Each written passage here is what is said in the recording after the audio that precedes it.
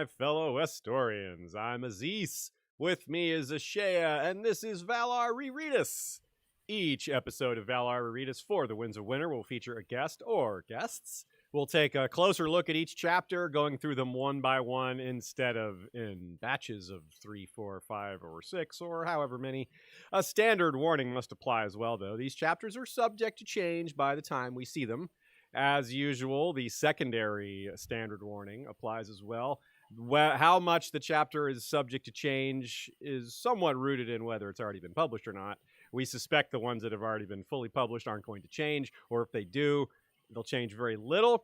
This is one of those. This chapter was published on George's website. I'll give you some details on that in a minute. But first, let's welcome our excellent guests. We've got two today, two first-timers for us, people who we are excited to talk to about this fun chapter, and I want to make sure you know what they're doing on their channels as well. So let me start with Manaro of ManaroGeekTV. Say hello and welcome. Hi, everyone. And as Aziz says, I'm Manaro. My YouTube channel is ManaroGeekTV, and I talk about, I'm kind of like a Seinfeld. I talk about things that, that, you know, any given subject matter on any given day. I do Game of Thrones subject matters every now and then, but mostly pop culture stuff. I saw that you're covering a little bit of The Expanse, too. That was nice to see, because we're huge fans of The Expanse over here. Right on. And Scott of Davos Fingers. We have known each other a while. We've gotten to hang out at conventions and such, but we haven't gotten together on a pod like this before. We've done some panels before, but hey, how you doing, my friend? Doing great, man. Really excited to be here. Excited to meet your audience and explore Arianne a little bit. Yeah. And, you could, of course, Davos Fingers is our podcast. You can find us anywhere, most podcast places, but really excited to be here, man. Thank you for having me. Right on. Well, we've got links to both of y'all's shows in the description, and I hope people want to check them out after we get through this and have a lot of fun with this chapter. But what are you guys doing? I know, Manaro, you said you do whatever you're feeling like. Scad, what are you guys doing over on Davos Fingers right now? You want to go ahead, Manaro? Oh, no, she said already. You go ahead. Already. Oh, sorry. Right now we're doing a segment called Meet the Khalasar, which has been a lot of fun. Our regular episodes are we bring on somebody in the fandom, just people that want to share their thoughts, and we have them pick their favorite chapter, and we talk about that. But we also spend some time just talking about them and what drives them and what brought them to the fandom and what brought them to the series. And it's been really, really fun just to get to meet a lot of people better, because we consider all these people really our friends, through Twitter and through the various media, but we don't know them as well as we'd like. And so one by one, we kind of get to know them. It's been really rewarding. That's great. That's a really good idea. It reminds me of that website, Humans of New York. You guys are like doing Humans of the A Song of Ice and Fire fandom. That's really cool. Humans of the Khalasar. Kind of similar, yeah. Maybe you could do Dragons of the Khalasar eventually, too. You could do some... That'd be fun. I feel like the guest list would be short. Well, as always, look out for notes and great thoughts from Nina, a.k.a. goodqueenally.tumblr.com. That's with one L. She has some excellent notes on Arianne, as always. And of course, we have Joe Buckley. His thoughts are in here as well. You got to hear him last week with his new co-host, Emily, for Arianne 1. Check them out over on the Isle of Faces pod. As usual, for Valar Rereadis, you can ask questions. Either send them ahead of time on Twitter or Facebook or Discord or Slack, or just email them to us. Patreon works really well. But you can also ask them live during the episode, and we will handle them at the end. Occasionally, we'll take one during if it's particularly pertinent to the topic we're working on at that moment. But the majority of them will be answered at the end. Each episode of Valar Rereadis for the Winds of Winter will also start with a history of the chapter itself. May 11th, 2016, fully released this chapter. George fully released this chapter on his website, though it had been first read aloud at Worldcon in 2015, which was in Spokane, Washington.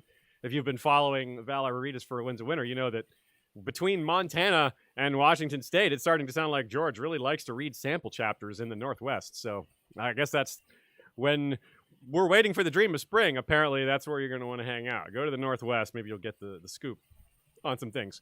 And this was the second to last sample chapter released. The last was The Forsaken. And so 10 of 11. So pretty late in the game there. And I actually neglected to mention this during Arianne 1, but both that chapter, Arianne 1, and this one were originally set in A Dance with Dragons. So it's yet another couple of chapters that were planned for that one that were cut, like Elaine. That's another example. So really, just imagine how big that book would have been if those chapters had been left in there. But on the other hand, I suppose we would have been analyzing them similarly because, well, we've had several years to work on this chapter, even though the book's not out. This one's slightly longer than Theon and Mercy, a good bit longer than Arianne 1.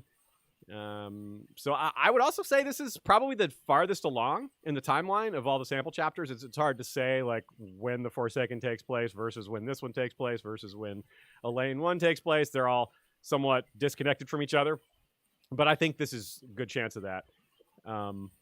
What do y'all have any thoughts on the chapter history here, or should we move on to the synopsis? I think I see a note from you here, Scott. Yeah, nothing too profound. Let's kick off and set the expectation low for my weighing in. But yeah, just it would have been interesting to have these chapters in Dance. I mean, we don't get Arianne in Dance. We only see her through Arya's POV about midway through the book, if I remember right. And you wonder maybe if it was intentional, or an easy lift out for George to pull Arianne out since she didn't have any already, and also, it kind of serves his purpose, maybe narratively, a little bit to give the impression of more time passing to see some of the changes in her that we do see in Arianne 1 and 2. It's about 7 months, I think, passing from her last chapter in The Feast for Crows. And we get to kind of see some of those changes take place. Okay. Well, we do have a super chat from Dom Tartaglia. He says, "There's no message. I just like Scad's face." Look at that, man. You're making money with your face. Yeah, your words don't matter. Your words are good too now, but hey. There's a first time for everything, I guess. Manaro, what do you think about these chapters getting shifted around? It would have been kind of crazy to have. I think it would have been 20 POVs in Dance if Arianne and Elaine had both been in there. That would have been a bit much, huh? I also suspect that he probably would have had to add a few more other POVs snowball effect to kind of make the timeline make sense, because a lot of the information that we get in this chapter does kind of cross over with some of the other characters that are taking, that are somewhat near the vicinity, that we might get some information.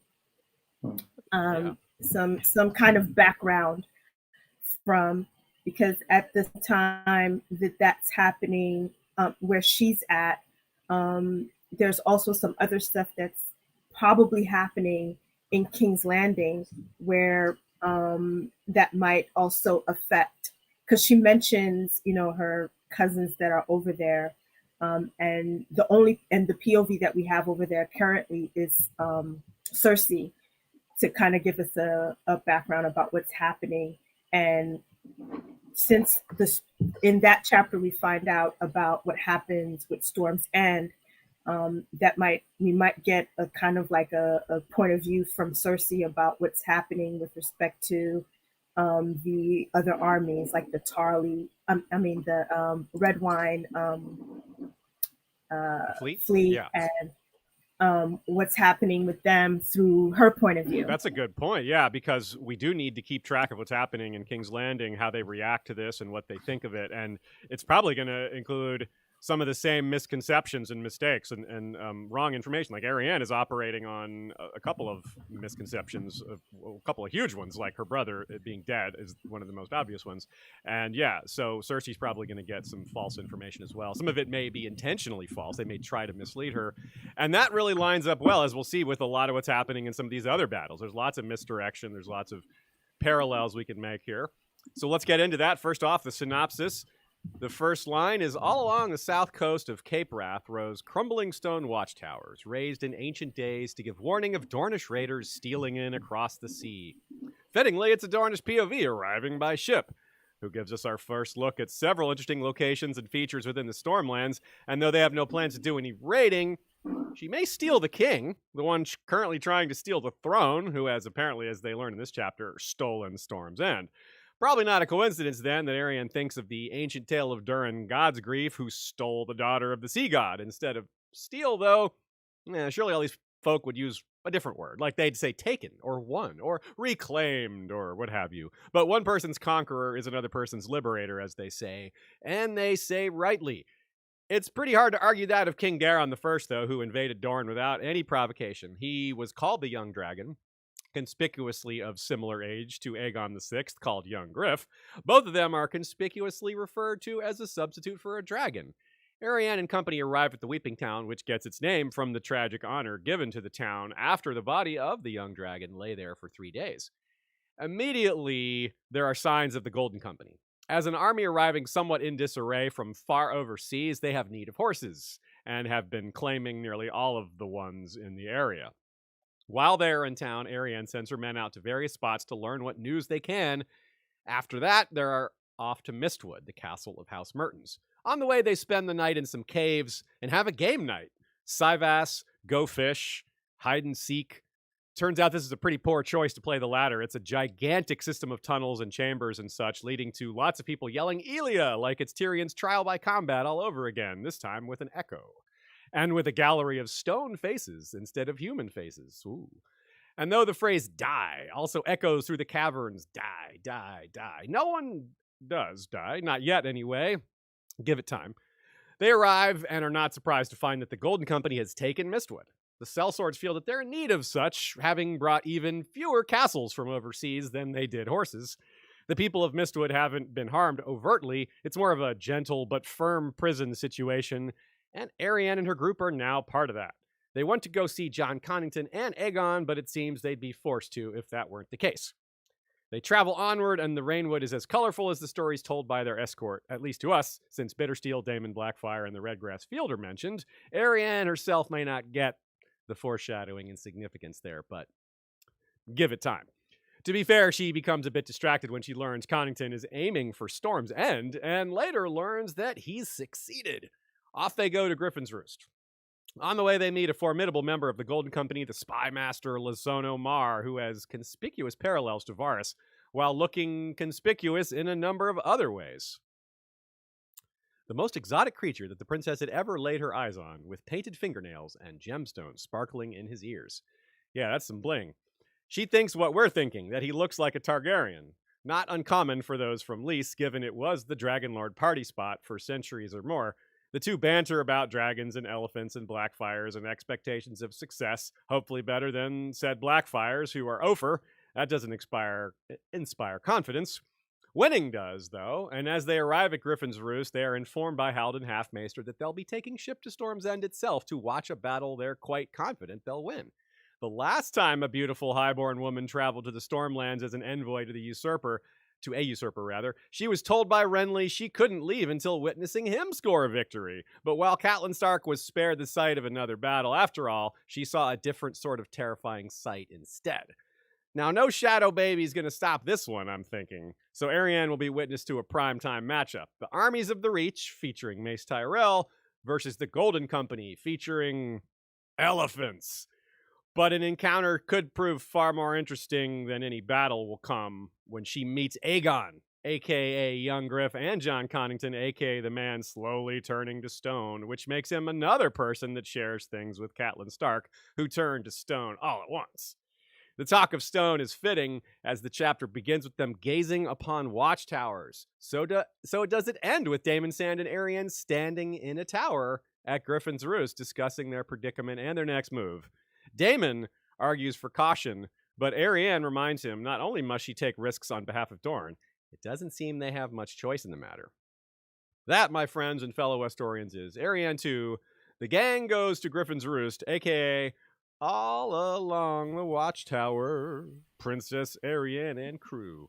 Yes, I couldn't help myself with the Hendrix / Bob Dylan reference there. There really are a lot of watchtowers in this one. I've noticed that it's just throughout this chapter. Let me run through a list real quick here, and then we'll get reactions from Manaro and Scad over all of the synopsis in the chapter. And then we'll hone in on some specific subtopics within the chapter as we do. So yeah, watchtowers.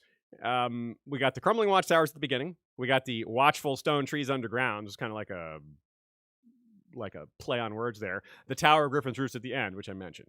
But on the evening of the 5th day out of Mistwood, as they made camp beside the tumbled ruins of an old tower overgrowth by vines and moss, that's when she talks to Lyson Omar. Last week we talked about how there were Tower of Joy vibes, where you have 7 people riding, and that also pairs nicely with Melisandre's vision of a blow coming from the east, right? Towers falling into the sea. She thinks the towers of Eastwatch. A lot of us think maybe Hightower, something like that, but it could be, there's a lot of other options. They're spotted by the Golden Company from a watchtower. During this chapter, they hang out at the Tower of Owls at Mistwood. And yeah, Arianne even thinks of this huge drum tower at Storm's End. So here in this travelogue of a chapter, we get a mental and thematic travelogue. Some of it's just in her mind. One last note. The stone beast that took wing from a tower breathing shadow fire, that is a reference in the books that we all have been trying to figure out for a long time, wondering what that means. One possibility is Connington and his grayscale. Well, if that's relevant to this at all, there's another tower. Stone beast taking wing from a tower. So you might say in this chapter, there's a lot of very towerful imagery. Oh boy. What do y'all think about this, all this tower imagery, or just to the chapter in general? General thoughts on it. Manaro, we'll start with you. My thoughts mostly are, it kind of speaks to the history of what those towers stood for. In my mind, I think about, because of the location of where all those towers are, they were able to see any approaching enemies or forces. And they're kind of like the first line in making sure that they are keeping the populace safe, because most of the time those towers are manned by some sort of a force. It also speaks to how important that area was back in its day, and in the conditions of what the towers are now kind of speaks to how the times have changed compared to what they were when they were first erected. Now that you see like moss has grown, they're kind of crumbly. So there's some form, there's been some neglect over time, probably because there's not as much warring or conflict as there probably were when they were first erected, or you could say in times of old, and when there were a lot of warring factions when the Andals first came to Westeros. Now it probably speaks more to like a peaceful time, and there was no need for the upkeep. So it's kind of like a walking through history of it. You know what it brought me back to? And sorry to make the reference, Lord of the Rings. Oh yeah, no. When they were going through I don't know the name of the river, because I never remember names of anything. But they were, and then there was the 2 giants that were like on either side of that waterway, and they were going through, and Aragorn was kind of telling the history of, I think,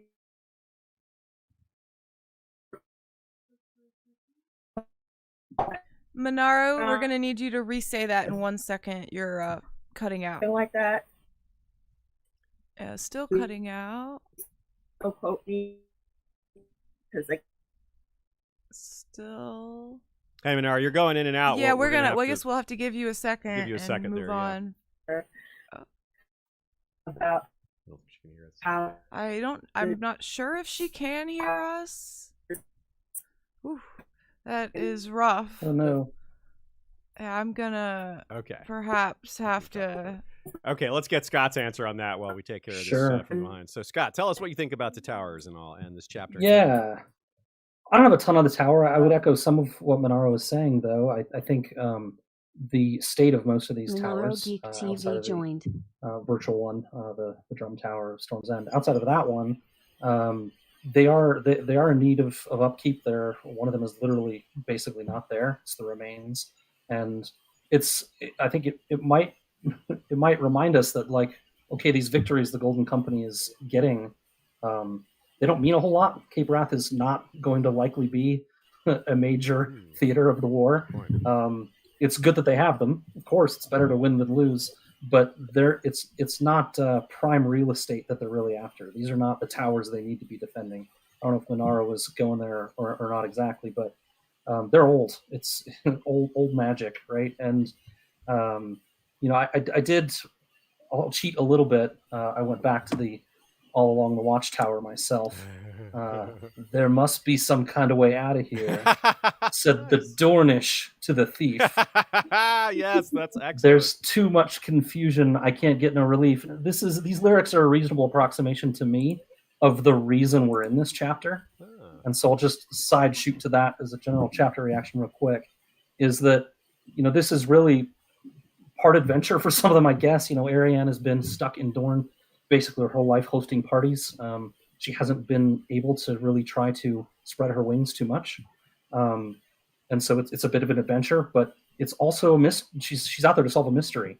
They're meant to go out there and separate fact from fiction on this journey. So to lift the fog, Doran says that they're surrounded in fog, to dispel the rumors, to get some answers to questions mainly about Quentyn and Daenerys. And are they together? What's the status? What's going on? Are they here even? Right? And the forest gets thicker and the answers to her questions slowly kind of become obvious to her, even though she never gets like an out and out answer right away. But they're replaced by more intrigue for her. Yeah. Who is this young prince?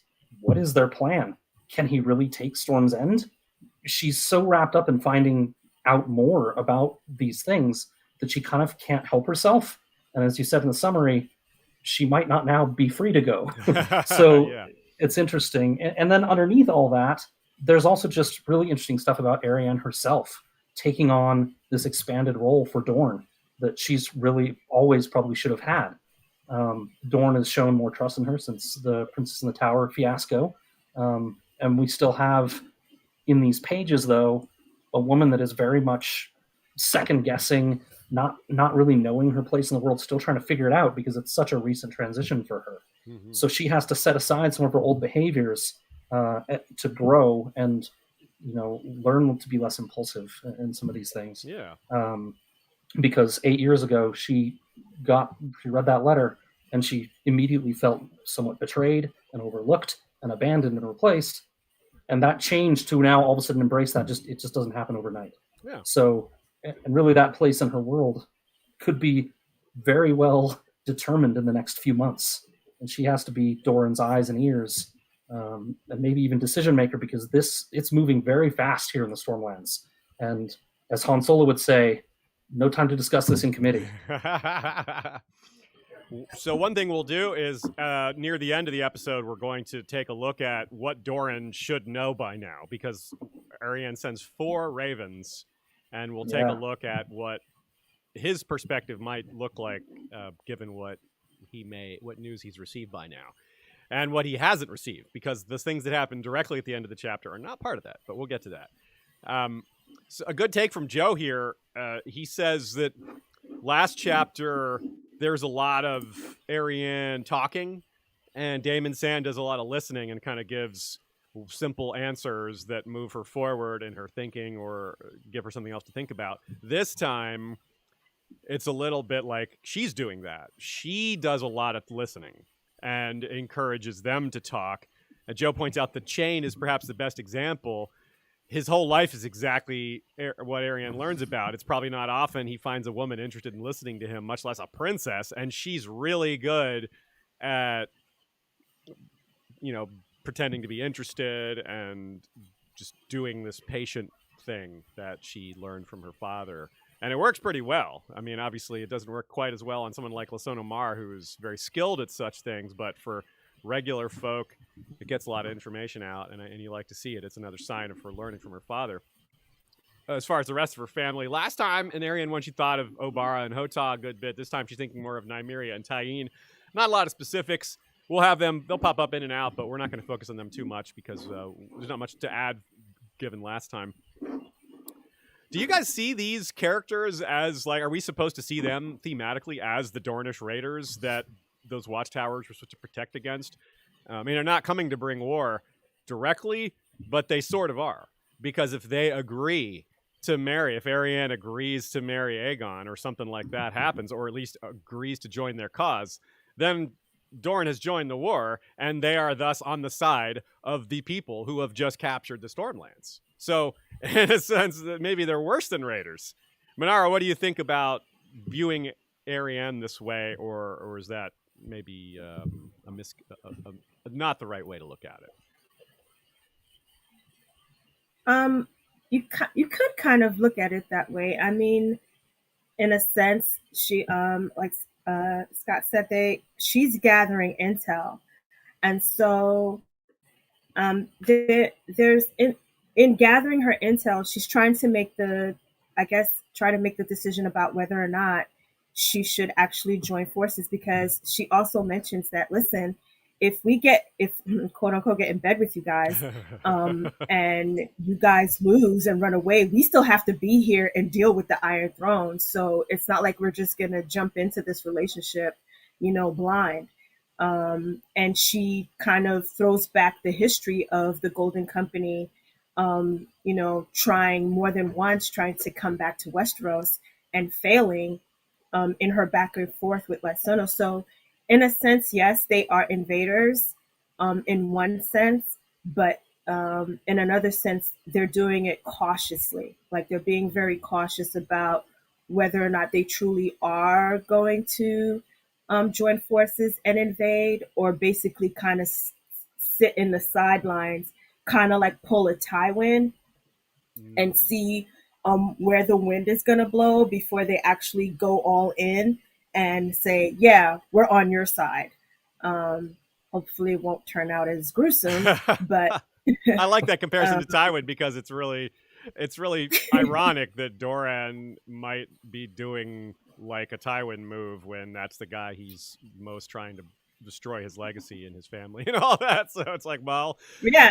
I mean, I kind of compare Doran to kind of like Tywin and Walder Frey, because all three of those men are very kind of try to play both ends to see, and then kind of put their hat in with the side that they think is going to win, because they don't want to be on the losing end.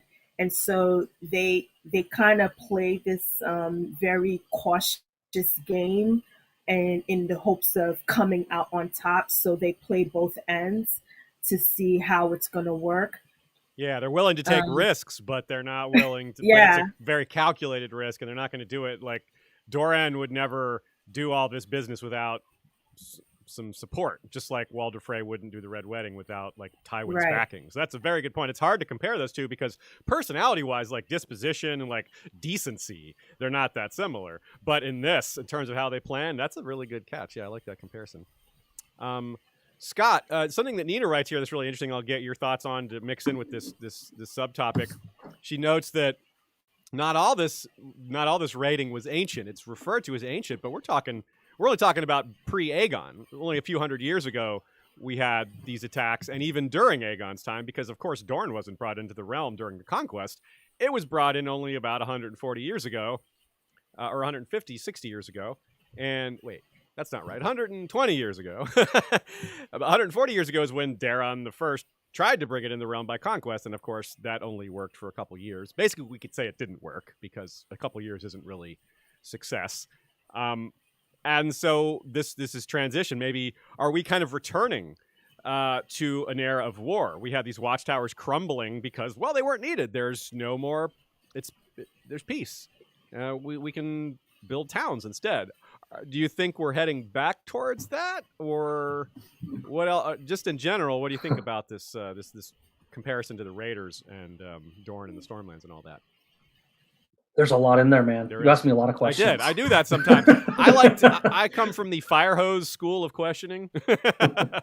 Well, fortunately for you, I can give a fire hose right back. Heck It may not yeah. make as much sense as what you're giving, but to the people on Cape Wrath, it very well might feel similar to the Dornish raiders of old.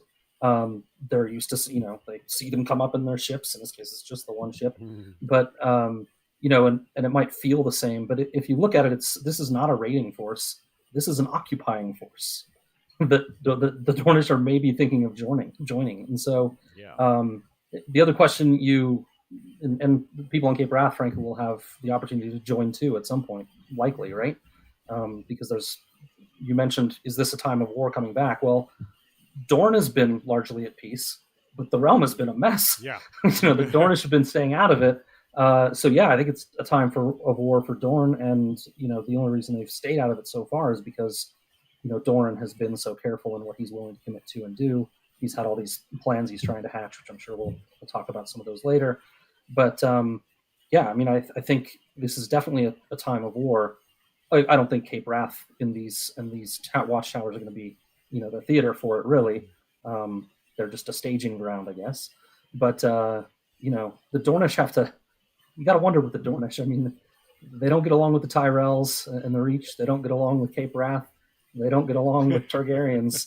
They're mad. Except for the one and guy. I'm not saying it's their fault. I like the Dornish just fine. But, at some point, is it you being the one that's a little difficult to get along with? I guess nobody right now gets along in the Seven Kingdoms, though. So Isn't it kind of wild to think about that? We have all this war. We have War of Five Kings. We have just books and books of upheaval and fighting, but there's still these parts of the continent that they're not untouched, but they haven't been directly touched, and it's like, nope. You got to play too. You can't. All of you. Everyone's got to be in the war. You. Yep. Joe also points out Arianne may be aware of the history in this area, but she's not concentrating on it. That's kind of something I alluded to in the synopsis. There's a lot of stuff that's directly paralleling her own history and situation from actual Song of Ice and Fire history, but she doesn't necessarily catch that. But we do, because George has done so much to make sure we see it, and we all talk about it all the time. So we have, we've caught it. But it's interesting too to notice her distrust of the whole situation. And she's right to distrust it. She still calls it Lord Connington's Rebellion.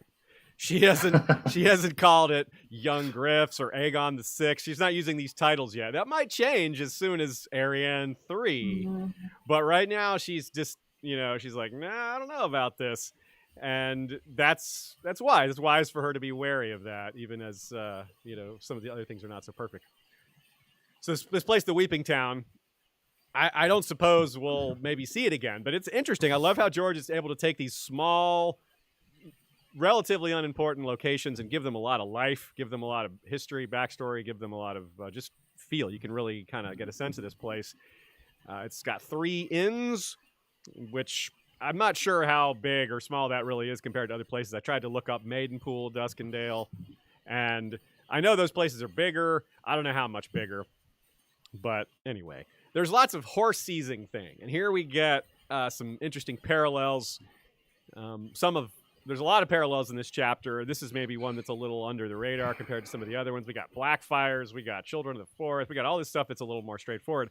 But here, we see how the sellswords are behaving an awful lot like the Brotherhood without banners. And that's a really interesting comparison. It also kind of gets us into the Lannisters and the Bloody Mummers foraging the Riverlands, that gets real ugly. Let me throw a few quotes out and a few details, and let's get some takes from our guests here on this comparison. Lem says, "No one robbed you, dog. You just been good and foraged."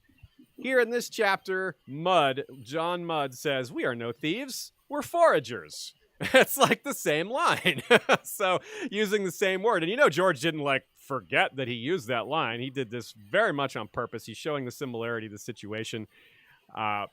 So the Golden Company aren't as bad as the Bloody Mummers, but you can see how these lines blur and semantics get involved. Lady Mertens is like stolen, forced. And they're like, no, forage. It's the same concept I raised with conquest versus liberation. It's all just where you're standing. And this is beautiful as much as it's tragic, because A Song of Ice and Fire is really good at presenting us multiple perspectives. It's the core of the story in a lot of ways, giving us multiple POVs. But getting back to this point at hand, the outlaws call themselves a brotherhood, the brother without banners, right? And these guys do the same. Lyson Omar in this chapter says, we prefer to call ourselves a free brotherhood of exiles. So here's a question from one of our Flick commenters. Rolling Knight says, are sellswords really all about switching sides for gold? It really doesn't seem like that's been a primary motivator during the series. Most of the time they switch sides because they don't want to lose. That seems to be the real primary motivator, is not dying. It's just like what Manaro said with Tywin and with Doran and with Walder Frey. They just don't want to die. They don't want to be on the losing side. I mean, they don't get the gold if they die. That's all good point. Ben Plum. It's a healthy perspective. Ben Plum said that straight up. He's like, gold is sweet or silver's sweet, gold's our mother, but it doesn't mean F all if you're dead. So It's a great point. So this time we'll start with you, Scott. What do you think about this comparison between Golden Company, sellswords, the Brotherhood, and just this whole concept of just money versus survival, and how George is good at making all these things seem kind of similar yet still distinct?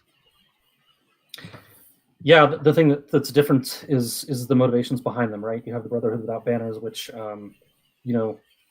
they start out at least trying to do good, to correct some wrongs going on in the Riverlands. They end up hurting people just the same by foraging them. You have the Lannisters who, or the Bloody Mummers and the Lannister Westermen, who basically are, in my opinion, under Tywin non-orders to do whatever they please and to create problems. Tywin is maybe not giving direct orders to do these things, but he's putting people in charge that he's telling to do whatever they please and looking the other way. A lot of the evil that Tywin does, is not directly his, but prescribed to those that serve him. The Golden Company, it feels very much like they're moving in that direction, and whether that's John Conn moving toward a ends justify the means kind of behavior as well, like Tywin has, because he feels his time running out, those bells ringing in his head all the time, or whether it's just bad management or people taking the law into their own hands with the Golden Company. I don't know. Yeah, some of them but it feels. Go ahead. I was going to say some of them are decent, some of them are not, right? A lot of it's just the leadership, right? And they don't even necessarily recognize what they're doing is wrong or not. Just you mentioned the Brother Without Banners, perfect example. But we get in The Lost Lord a look at the Golden Company camp, which is very organized, very detailed, very set up in a way that impresses John Connington. And I think it implies that this is a company that does what they're told. And if they're doing this now, it feels like there's been a little loosening of the reins a little bit to accomplish what they need to accomplish. And I don't know if that's true, but it feels that way to me. I think you're right. Yeah. They're not necessarily as all for this what Bittersteel wanted them to be about. Like, they still have that as like a motto. It's still kind of there, but yes. I think there's a sense that it's not really that important to them. It's something that keeps them together, but really they just, if you offer one of their captains a castle versus keeping his loyalty to the Golden Company, what do you think? Is he really going to say no? Right. Manaro, what do you think about this? Give us your thoughts on these comparisons between sellswords and outlaws and regular soldiers. I agree with Scott that it's about what it depends on what their goal, what their mission is, what their goal is. And so I also agree it's about management, right? Because when the Golden Company were first started under Bittersteel, they had a sense of honor about them in that they never break a contract. You know what I mean? So they were seen as one of the most trustworthy sellswords, knowing that if you had a contract with the Golden Company, you were assured that they were going to follow through with that contract. Now Bittersteel is no longer around. It's been, I think, maybe one or two generations has now, grown had come into this new self-storage company, so their mindset is different, right? You're going from like a baby boomer to now like a Gen Z. So your way of thinking and your thoughts are going to be like way different than what your mom or your grandmother was. Like when we talk about Chain, his grandfather was part of the original member, and now here he is, a grandson, is now part of the company. So he has no real connection to what his grandfather actually went through with respect to Westeros, because he had never set foot on Westeros until this time. So he had no true connection other than what his, the fact that his grandfather was exiled originally. Yeah. Same thing with the Brotherhood with Banners. It's about leadership. When they were under Barrack, they were more honorable. When they were fighting for the common man. Now that they're under Lady Stoneheart, it's like a free for all. They're like killing. Yeah. There's revenge. They're not like honor. killing. Anything that says Frey, they're gonna kill it. You know what I mean? Yeah. So I shouldn't say it. I should say them. But and when that scene with Thoros and Brienne in the cave kind of like sums it up. You know what I mean? About where they were when they were under Barrack and who they are now under Lady Stoneheart. And so you could say the same thing about the Golden Company, who they were under Bitterstill and who they are now under, I think, is it Harris? No. Harry Strickland. Strickland, yeah, Harry Strickland. Sarah Strickland. So who they are now under Harry Strickland. So, they're, you can kind of say now that they are both kind of using the same methods in how they kind of like occupy certain cities and spaces in order to kind of get what they need, the supplies they need in order for them to be able to maintain their ranks. Same thing with the Brotherhood Without Banners. They kind of like somewhat, I wouldn't say occupy, but they like forage and make deals with the common folk. And for those that won't make deal with them, they kind of like, use their power and influence from, from when they were in that area, even though they do have people that help them, but there's a lot of people who are against what they're doing.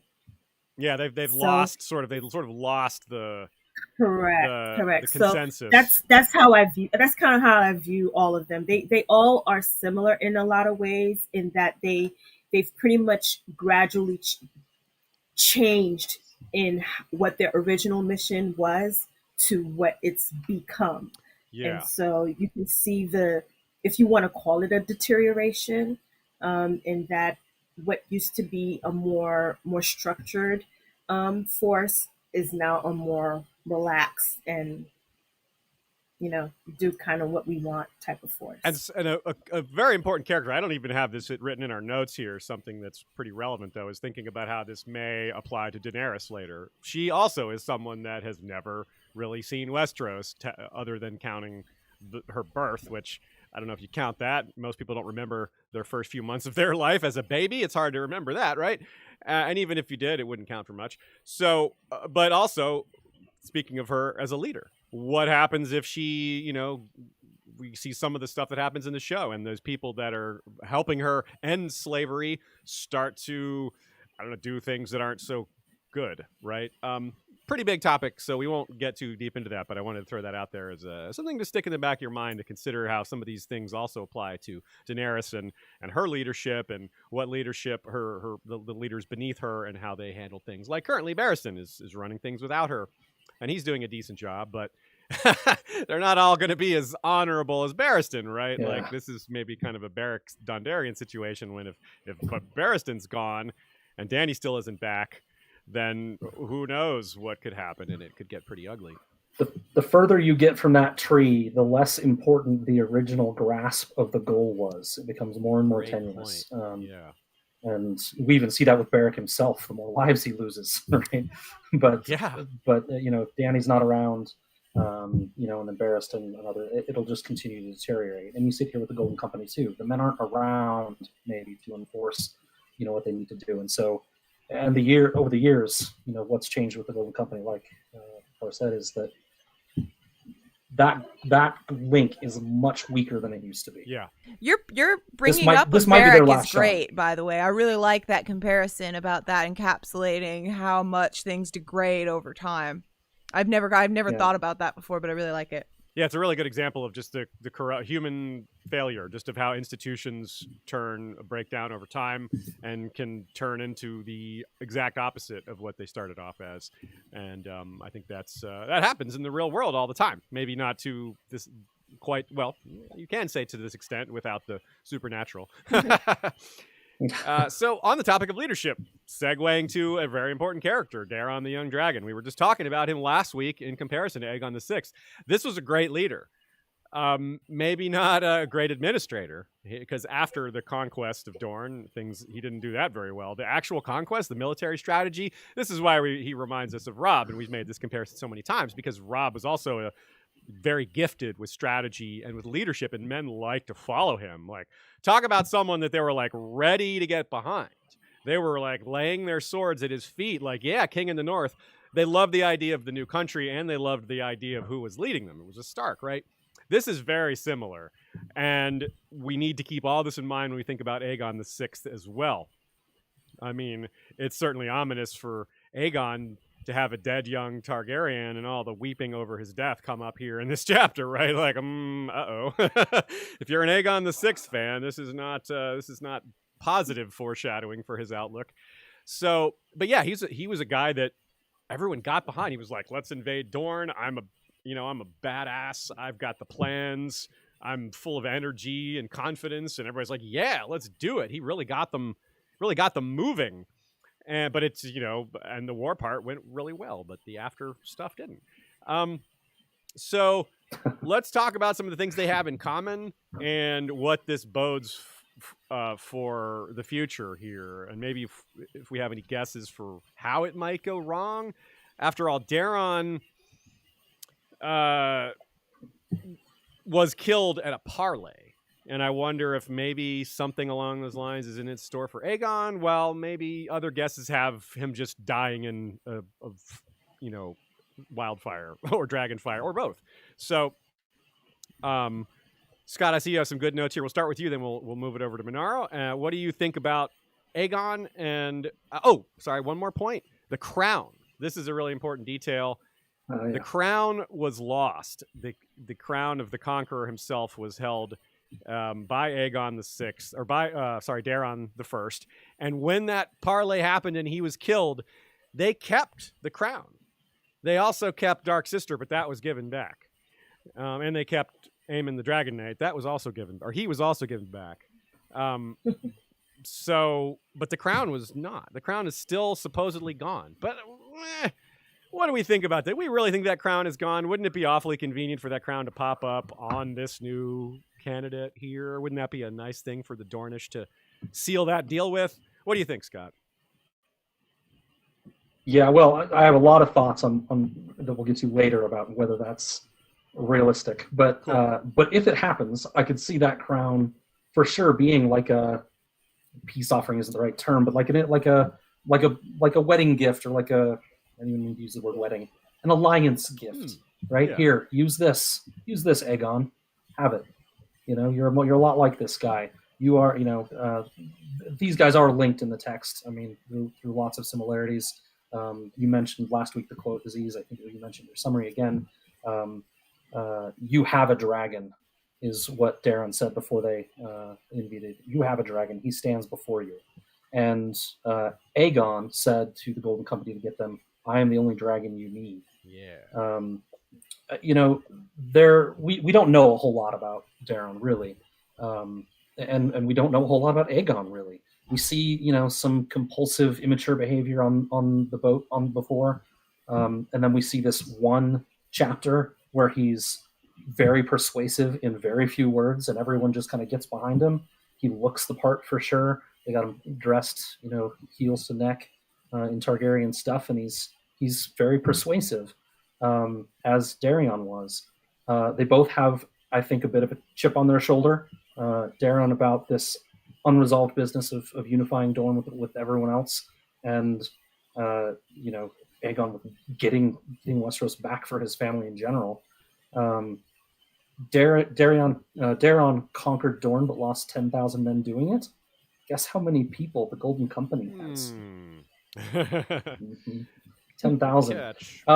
They're both very young, so there's a lot of similarities there. But I don't know that it's necessarily a good thing if you're looking to read the bones of Aegon's future. Yeah, he may become bones himself. Them bones, as Alice in Chains would say. Manaro, what do you think about this sort of triple comparison? Aegon the First, Aegon the Sixth, Daron the First, and maybe add on, if you want to, some thoughts about these characters' personalities, if you have any thoughts on that. I just want to say I agree with everything that Scott just said with respect to those two. I think it's actually kind of spot on. The only thing that I probably would add with respect to Aegon is that Aegon has John Connington, and John Connington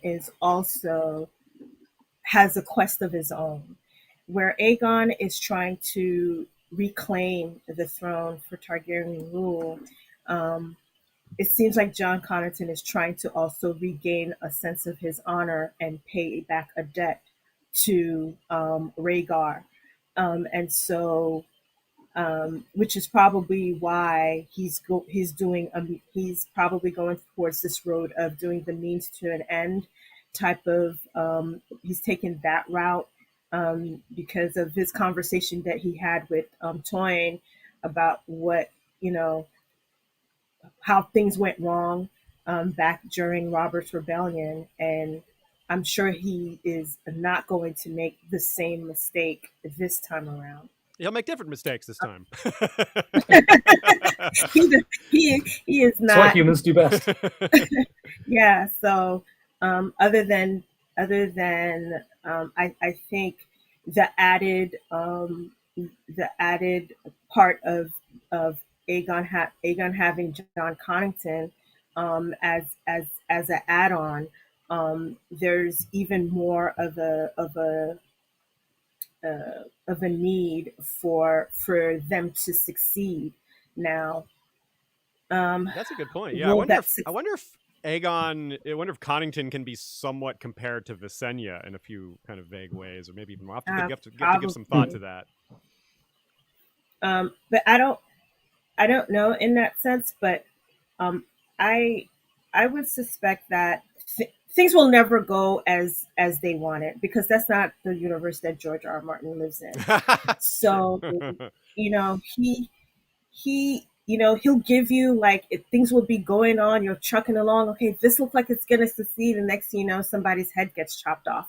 So it's, we might see a lot of success in the beginning, but there's always going to be a wrench. And whether that wrench is going to be Dorne or Dany, we don't know, because Dorne is really good at throwing a wrench in everybody's plan. That's true.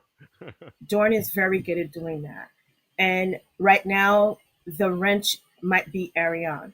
So we don't know, right? Because as of right now, she is the representative. She's the Dornish representative at this point in time. What happens when she finds out that Quentyn is dead? Right? Gosh, I want to know so bad. So that might be the monkey wrench that throws everything off. Or it might be Dany, right? We don't know, because if she swoops in with her dragons, all the best laid plans will probably go, up in smoke. So we don't. So that would be the only thing that I would probably add in that. Darren, God bless his soul. He was on the right path, but then again, the Dornish swooped in and threw a wrench in that threw that wrench in that plan real quick. They're not so easy to conquer, are they? Or to keep conquering in this case. Yeah, that's a good take. Which, yeah. Go ahead, which is an important difference to what's happening here, right? Yes. Darren was trying to conquer Dorne. Jon and Aegon are trying to get Dorne on the plan. Yeah, right. That's a good like point, yeah. maybe they've learned. They're like, man, you mess with Dorne and they throw wrenches at you, right? You become the like, tool. Let's use the wrench instead of let them throw it. Yeah. You know. Well said. Yeah. So yeah, it's a good point because to add on to that a little bit, it's true that, and this is a theme of the chapter is getting people to like you, popularity and charisma and having people want to join you, which we see that in this chapter. One of the three inns, one of the pieces of news that's heard is some boys going off to join Connington. They're, they may not have done that if it was some other leader, or if they weren't fired up about getting involved. Like the Vale has been wanting to get in the war forever, but they're not allowed to. In some cases, they're waiting for the right leader. In some cases, they have been told not to, and yeah, it's really interesting to see the way the leadership interacts with all this, and the way the historic elements float through this chapter, kind of giving wind to all these different sails. I think it's really neat. Moving on to the rainwood, which is another example of that. This is a travelogue aspect of this chapter, which the last chapter was as well. A great take from Nina here. This is a very political chapter focused on the Iron Throne and whether or not they should back this candidate. Very much Game of Thrones style thinking in the very literal sense. But this is a naturalistic break, she says. It's a reminder that in this big scheme of things, nature is stronger than politics. Let's not forget what's happening into the far north. Maybe the rainwood is safe from the others, but nature is more powerful than any human force is a concern here. And it's also just so different, right? Like, it's so different than Dorne. It's so very alien. It's like a whole nother world. And that really says a lot too. It's like, you're not in Kansas anymore, Dorothy, and Arianne Dorothy. And even that has history in it. It's so cool, right? There's this bit where she's thinking about her father, talking to the Septon about why the rainwood is so moist and why Dorne is so not moist. And there's science and stuff. We'll get into that just in a second here. But first off, let's start with you, Manaro. What do you think about the rainwood, and what kind of vibes does it give you? Is it just like the food version of nature where he just loves to describe things? Or just tell me what you think. I love this moment. It's kind of like setting the scene before setting the scene before all of the havoc comes in. Yeah. I know this is probably going to sound really bad, but go with me here. I don't know if you remember the scene of when in the last season of Game of Thrones, when Dany is riding her dragon, and then Rhaegal is next to her, and all this nice music is playing, and and then all of a sudden this harpoon goes straight through Rhaegal, and it's like, oh my God, the music stops, and then the whole atmosphere changes. It's kind of like, that's how I feel whenever I'm reading these type of scenes. Like, there's like a part of me that's like anticipating something awful is getting ready to happen, that you're giving me all of this good stuff in the beginning. Like, you're preparing me for something really bad to happen. And so I kind of get a lot of the Riverland vibes whenever I read these.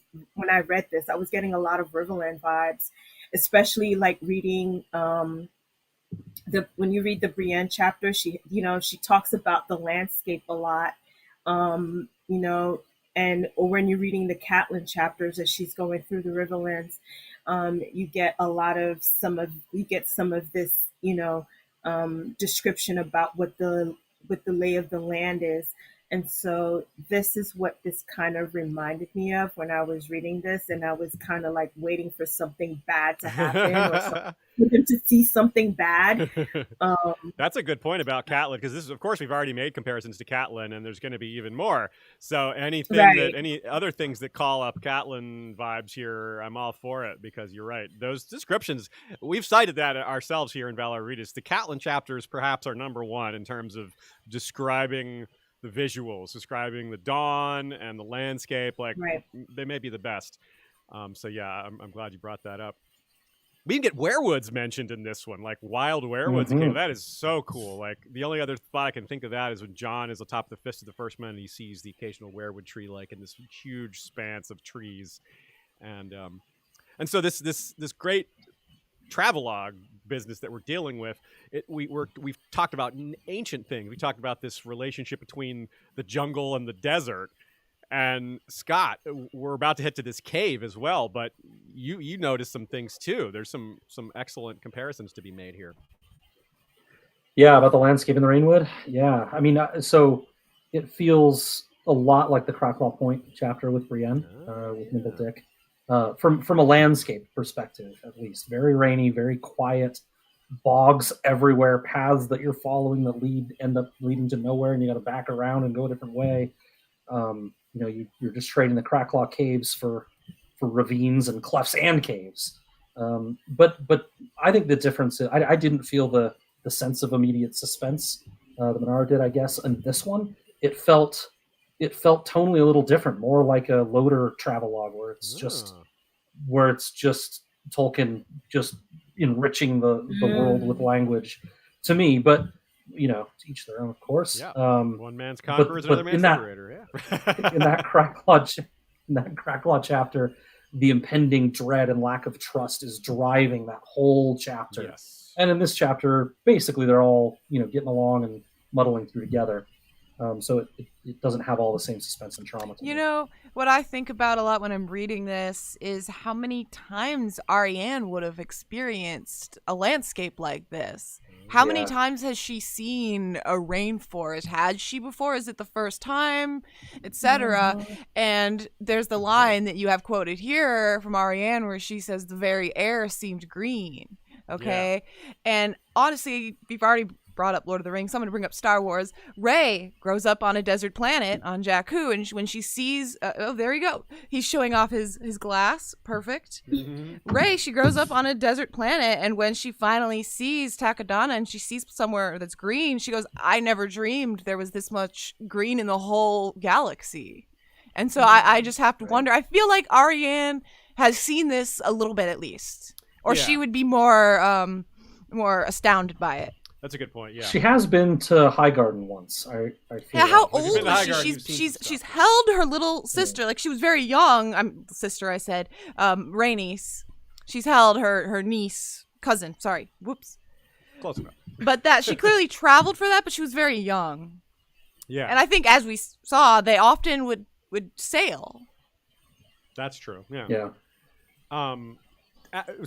I'm glad you had made the comparison to the Cracklaw Point chapter. Both you guys brought that up, and when I was reviewing the notes before this episode, I thought, I wonder, that sounds familiar to me too. And sure enough, that line, Arianne, the air seemed very green. Brienne thinks the air seemed gray and green when she was in the Whispers. So indeed, it is probably meant to trigger some of the same thoughts within the reader, given the language is very similar. Also, that Cracklaw Point chapter was very foggy, I think. Too. The little tint of gray that she's talking about. Fog. And here, this is the castle Mistwood is what they're heading towards. You got to assume mists are a thing. In fact, they are. We see mists later in the chapter, so mist, fog, pretty similar. Yeah, that's a great comparison.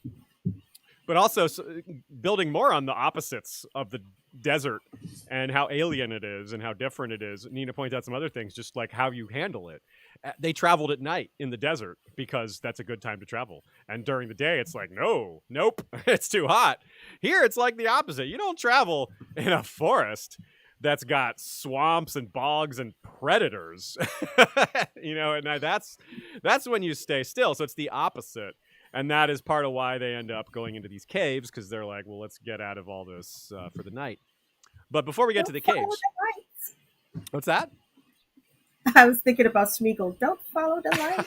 Yeah. That's funny. You're not the. We had someone on our Flick channel also mentioned Gollum, for as a comparison to what's going on in the caves there. So that's neat. It's definitely, man. Lord of the Rings is coming up a lot today, and well, that's fitting because there's more. There is more, and George is a fan, so it's fitting. Yes. So yeah, this whole thing of myth and religion and science comes up a bit. There's this quote. For some strange reason, the storms never seem to strike at Dorne, she recalled her father saying. I know your reason, the Septon had responded. No Dornishman ever stole away the daughter of two gods. And, well, yeah, that's a pretty big deal because this is the son of Dorne. This is the daughter of Dorne coming in to steal a son of the Targaryens or whatever however you want to phrase it. And the Targaryens, they're sort of godlike in a sense. But as Nina writes, the Durin Gosdrief story is also a bit of a reminder of the Rhaegar Lyanna story, stealing away the daughter versus stealing the daughter of a great lord. And you get, instead of two gods mad at you, you have two great houses mad at you, which is might be worse considering we don't know if these gods are even real. The great houses definitely are. So that's really powerful, and it's a really interesting idea. It fits the symbolism of this chapter with our idea of Arianne stealing Aegon, and the consequences may indeed hit Dorne for that. The storm of consequences would hit Dorne, and that's where the symbolism really lands, because we're talking about, well, the storms only hit the Stormlands because the Dornishmen didn't offend the gods, but a metaphorical storm would smash into Dorne, as Manaro already mentioned, if the consequences of this rebellion or this usurpation, this claim, go sideways, the Golden Company can run away like they always did, but Dorne will be still there. They can't run away, and they will face this storm of consequences if it all goes wrong. So I see a lot of intertwined themes and symbolism here, which is really neat. And it's also just kind of as an aside, it's kind of cool to see the merging of these religious ideas. You got a Septon talking about gods of the seven, like that it wasn't one of the seven that Durin Gosgrief stole Elenai from. So it's kind of neat that they have this belief, even though it doesn't line up with that at all. But that's a whole nother topic. Just wanted to throw that out there. So Scott, we'll start with you this time. What do you think about this comparison and the symbolism and all that? Yeah, it's those that have listened to me before know I don't get super deep into the religion components of these. I think they're all mostly competing hogwash in this world. I'm not talking about anyone's sensitive beliefs in our world. That's valid belief, but for this, yeah. But I think there seems to be something to it here. I'm no meteorologist, but I know that storm systems usually break up over land, and if they know that the storms are coming from the south, and that's kind of how their world works, it's surprising to me that those storm systems don't break up over Dorne. And so the fact that they go around Dorne on the map, if you suck and sus mapas and look, they go around Dorne and then break on Cape Wrath and Shipbreaker Bay. That's surprising to me. It does kind of seem like the work of gods. But the story component of Arianne, stealing Aegon and having that impact Dorne like a storm is much more fun to think about. And that storm would come also from the east in the form of 3 dragons. Yeah, Stormborn, right?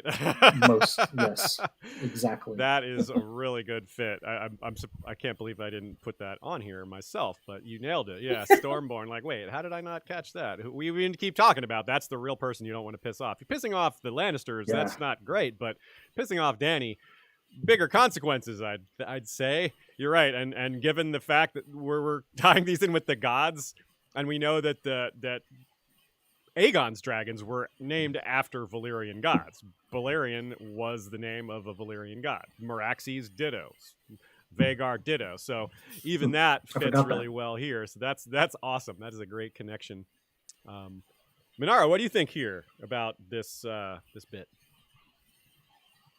I tend to think more scientifically with respect to how the landscape works between the Stormlands and Dorne. But it also sparked for me how the Greeks used gods to kind of explain the unexplainable to them. And so each god had a particular thing that they were responsible for, or an attribute or a trait was assigned to a particular god to kind of explain something that the Greeks could not explain for themselves. And so in this instance, it's the same thing here, where we have, gods are being explained, are being used as an explanation as to why, these storms come across the Stormlands. And then there's some sort of mysticism that's also applied to it as well. And it's not only with them, and it's all across Westeros. And then when we look at their religion, which is the Faith of the Seven, you have seven parts to this faith, and each part represents a particular facet of the faith, right? And I don't know them all, again, because I never remember names. But each, I think you have the mother, the crone, the smith. Each one is assigned something. So it's, in a sense, they are also their own separate gods, right? That forms a unit. Right. Instead of nature, they're representing like aspects of culture and Correct. humanity. Right. That's a great way to put it. Yeah. So to tie in, to bring it back to Arianne, I agree with you with respect to the consequences thing, right? Because there's always a consequence when you take something that doesn't belong to you, or you try to take something that doesn't belong to you, right? And you see the consequence of when Rhaegar took Lyanna. Ooh, yeah. All three of them ended up, both Lyanna, Rhaegar, and Elia ended up dying. You know what I mean? That might have been a consequence that had to be paid for that act. You know what I mean? Yeah. And so Well said. what will be the consequence, when Quentin went to go try to take a dragon to kind of prove himself, he ends up dying. Consequence, right? Yeah. So what will be the consequence for Arianne or Dorne if she takes Aegon? Ooh, What will be yeah. that consequence? More Dornish trying to take dragons and not working out. That's a great way to frame it. The comparison of Arianne and Quentin both trying to take a dragon. Yeah, obviously Aegon's metaphorical dragon, but it fits really well.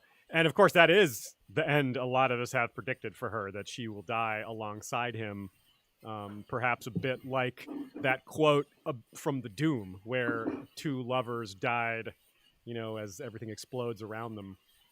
If Arianne and Aegon become lovers and King's Landing is just baked around them, well, they'll be in the Red Keep going up with it all, and that would be awfully fitting. Tragic, but fitting. It never seems to work out well for the Dornish whenever they go into King's Landing. Like every Dornish person most of the Dornish people that have gone to King's Landing never seem to leave. Yeah. I mean, I think you hit on the theme of the whole series. Yeah, don't go to King's Landing. Don't try to rule. It's pretty basic. Yeah, well said, Scott. All right, let's talk about the caves. This is about as ancient as we can get here. This is super cool, and it fits in with this travelogue aspect of the chapter. George is really good about using travelogue things that sometimes apply directly, like the rainwood stuff, the mistwood stuff, all that stealing, the consequences. That is bullseye for this chapter. But this cave stuff, I feel like this is one of those examples where it's not directly relevant to this arc, but it's obviously hugely relevant overall to the story. But it's not entirely off, aside from what's happening here, because it brings up these points that are important. And it's, again, another even deeper reminder of what we talked about in the forest, where nature is even more powerful or more threatening than politics, at least in this world. And in the real world, perhaps. But and it's in a reversal of all these towers we see. Instead of being atop and looking down, or considering that people once did that from these towers that are now crumbling and gone. We have below the earth, below, down in the darkness, but they're still watchful, aren't they? We know that they can look out through the trees out in the world, look through ravens and all this other stuff. So yeah, they're underground. Yeah, they're in the darkness, but they're watching. And they've been watching for a long time. And that's creepy. But it's also not new to us because this cave, a lot of vibes like Bran's cave, Bloodhaven's cave, isn't it? Let me read this quote, and then let's get some takes here. And all at once she found herself in another cavern, 5 times as big as the last one, surrounded by a forest of stone columns. Daemon Sand moved to her side and raised his torch. "Look how the stone's been shaped," he said. "Those columns and the wall there, see them?"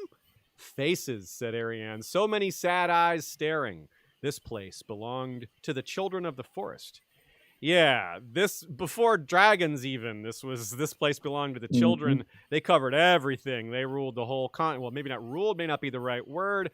They lived on it in somewhat contentment and without a whole lot of natural enemies other than maybe the giants.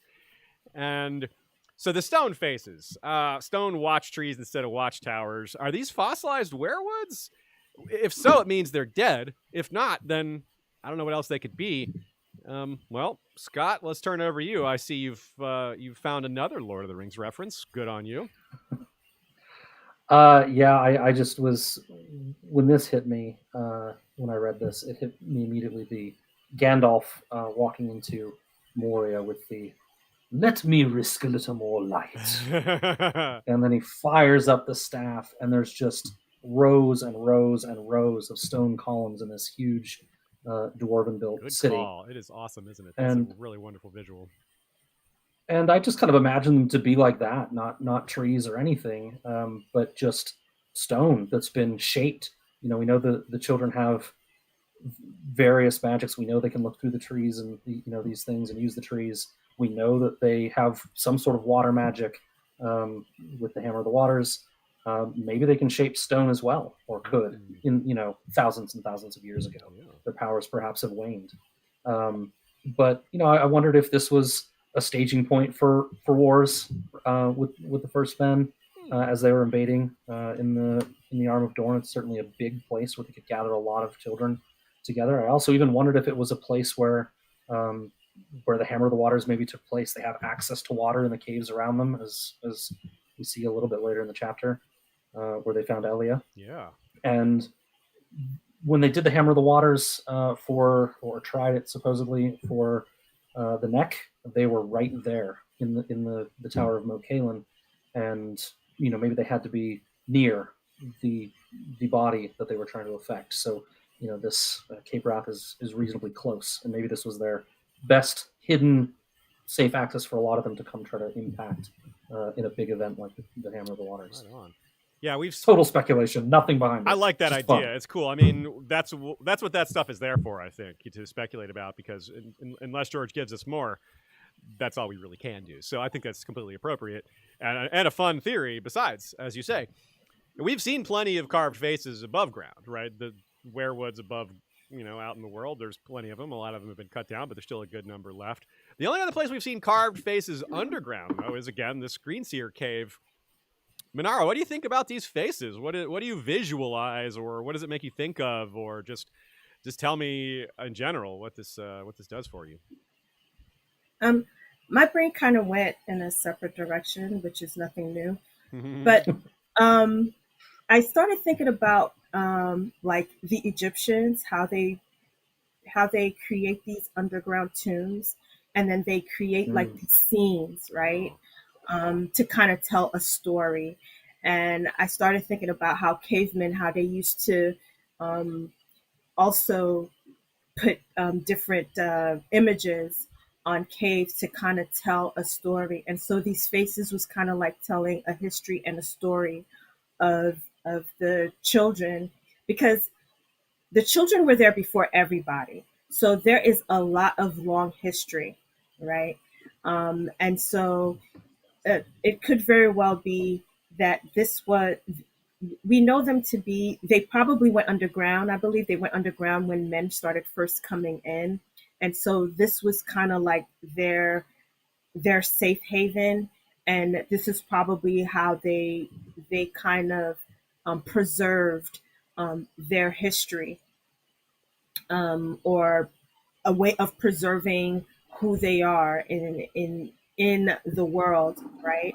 Because the world that they knew was being overrun and overtaken by other beings, and so this was the only place that they had in order to try to somewhat preserve who they were, as part of the world in Westeros. And so I started thinking about that. I started also thinking about even here in the States, how Native Americans, they have different parts of their land where they have caverns, where they also kind of have like different, I won't call them glyphs, but they have different depictions and stuff where they kind of preserve the history of whatever tribe that they were in. And so that's the way that I saw it. Like when she's over here going through these caverns and she's seeing all of this stuff, this is actually the children kind of preserving their history, kind of like telling their story of who they were. Now, it may have been used for something else as time went on, as they started to die out, and there were less and less of them. And they're probably none still, in that region of Westeros anymore. But when they were, this is the story that they left behind. That's a great idea. That's a beautiful line of thinking there, and I want to add to it briefly the notion that we're told, of course, a lot of the children's history is recorded within the Weirwood network, but most children wouldn't have access to that. It's kind of maybe a misconception that every child of the forest can access that information, but I don't think that's the case. I think it's just like we're told with humans. Every once in a while, they're born special with the green eyes or the red eyes or what have you, and that makes them a green seer. The humans, it's probably rarer than it was for the children, but not every single child of the forest was, deeply tapped into the Weirwood network. At least it's not as I understand it. Of course, but I'm somewhat speculating on that, but I feel like it would be a little wild if all of them could do that. So it does make sense that they would want to preserve things in other ways besides the supernatural, because they would not have access to that. Well, yeah, it's a really, really good way of thinking about it. A couple other parallels here. The blind white fish that Elia catches are also what Mira catches in the cave way up in the north. She catches the same sort of thing. So I wonder if that's supposed to be just another connection, another thing for George to help trigger this connection within the reader's mind. We go, oh yeah, this is the same kind of thing. One huge difference is there aren't a bunch of skulls everywhere. There's a lot of skulls in that other one, like an extremely strange and creepy amount of skulls. Here, there isn't a single skull that we see. So I don't have a theory on that other than this one's been abandoned a lot longer than that one. That one clearly has been inhabited. I mean, there's still green seers, like they're walking around there and they find them like in various states of becoming a tree. And they don't find anything like that here. They don't find any green seers. Maybe they're here somewhere, but I have a sense that it's just completely empty now, which is maybe there's a passageway that leads somewhere else. Maybe even connects to the far north. Even they say that even the children haven't explored all these caves, which is kind of wild to think about too, because as Manaro alluded to, these are old, maybe 500,000 years old or something like that. If we're sort of going by human history in terms of Neanderthals and Denisovans and the other pre-hominid species that existed on Earth. So something like that. I think we heard here first then a new theory that the caves from Winterfell to the Wall also extend down to the Cape of Red. That would be so cool. It's a long ass walk, but you can get there. And it's almost believable when you see things like, or at least it's more believable when you see things like this, that line about she comes into a room and it's bigger than the Great Hall of the castle, and then a few minutes later she goes into one that's 5 times bigger than that. I mean, what is this, underground Heron Hall we've got here? It sounds like it. It's hard to conceive of something that large. Yeah, it really does hint that they had some sort of control over the stone, right? Yeah. I think. Like, you're right. Like, the tunnels are so extensive and long formed, and all they have to do is, you're right, like divert the water, even if it's not supernatural in origin. Just reroute the water using canals and just regular logistical means. I think a combination of that for sure, could be because in real world, the size of some cavern systems are truly astounding. Like with no magic, no supernatural involvement, just nature. Yeah, you're right. But I do think there is some involved here. But yeah, you're right, because in the real world caves, you don't have like beings that lived in them for hundreds of thousands of years. Yeah, so that's a huge difference. This is, might as well bring it up right here. John Hagee and Noga F bring up that the fish that we're going to talk about, those blind fish, exist in the real world, and they exist in Ashai. They exist in Ashai? We have blind fish in Ashai. Oh, cool. Yeah. Nice. Those might be more straight up mutated from whatever's going on over there, but still. No baby fish, though. No children fish. No fry. All right, let's move on to talk about the person who got lost in the caves briefly. Last time we talked about how the name Elia, combined with all the Lyanna vibes in this arc, give this girl some ominous vibes too. We've got Aegon, who's got some ominous stuff surrounding him, Elia as well. Both of these characters, there's just tragic deaths around both Elia, her namesake, and the character she resembles, Lyanna. So that's not a great place to be if you're a character. But the ominousness of all this is backed by a moment here in this chapter. I think it's kind of chilling almost. Like, there's two things that I alluded to in the synopsis. There's one is this phrase of died, the echoing. One Flick commenter pointed out, I think it was Stefan B, apologies if I got it wrong, pointed out that this reminds them of Raven saying something, repeating something. The echo kind of takes the place of that voice, and it serves the same, like, whoa, this is creepy kind of vibe. And something that doesn't stand out either when watching on TV or audio, you just don't get this effect if you're listening to the audiobook. And of course, there's nothing like this chapter on TV. But I want you to think of TV and audio productions, because if you were to imagine they're all walking around going, Elia, it really reminds me of Tyrion's trial and him just yelling Elia over and over, trying to get Gregor to say it. And like, that just makes it even more ominous. I mean, this is his daughter here. That's like, and I noticed I was able to word it like a parallel here. Try to imagine what it sounds like. Over and over, they're yelling Elia in a way that makes us think of that. And he was dueling the mountain, right? Her father died beneath the mountain after first being blinded by him. Here, beneath the mountain, Arianne says, if that torch had gone out, you would have been alone in the dark, as good as blind. Right? So yeah, the mountain did blind him. Yeah, just smashed his eyes in. And so the same blindness thing is still there. And wow, yikes. That is, I don't know if, I guess George intended that. It sure does work well. You know, how would it not have been at all possible for Elia to make fire for her torch in there?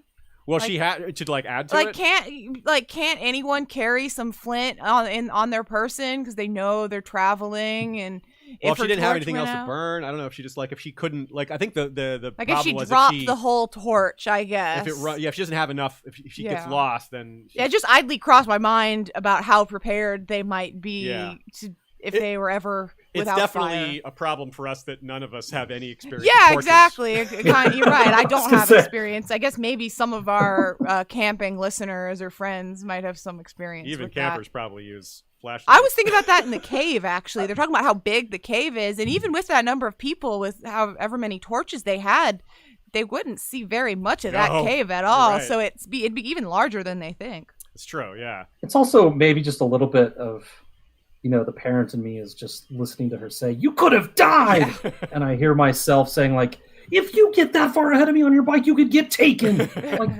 It's really scary, but is it probably going to happen? Well, no, she's probably not going to die in there. She starts calling out. It's a lot more dangerous for her, though.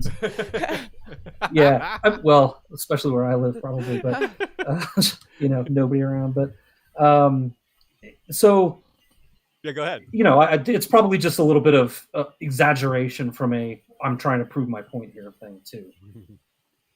You could have died. Well, it works. It does. But and she sees it that way, and I think that's and she's like, why did my father make me have to take care of this girl? And Damon Sand is like, he smiles and says, vengeance. It's like, because he had to deal with you, and you were like this in a way. And of course it's a core element to maybe all of the Dornish plot lines.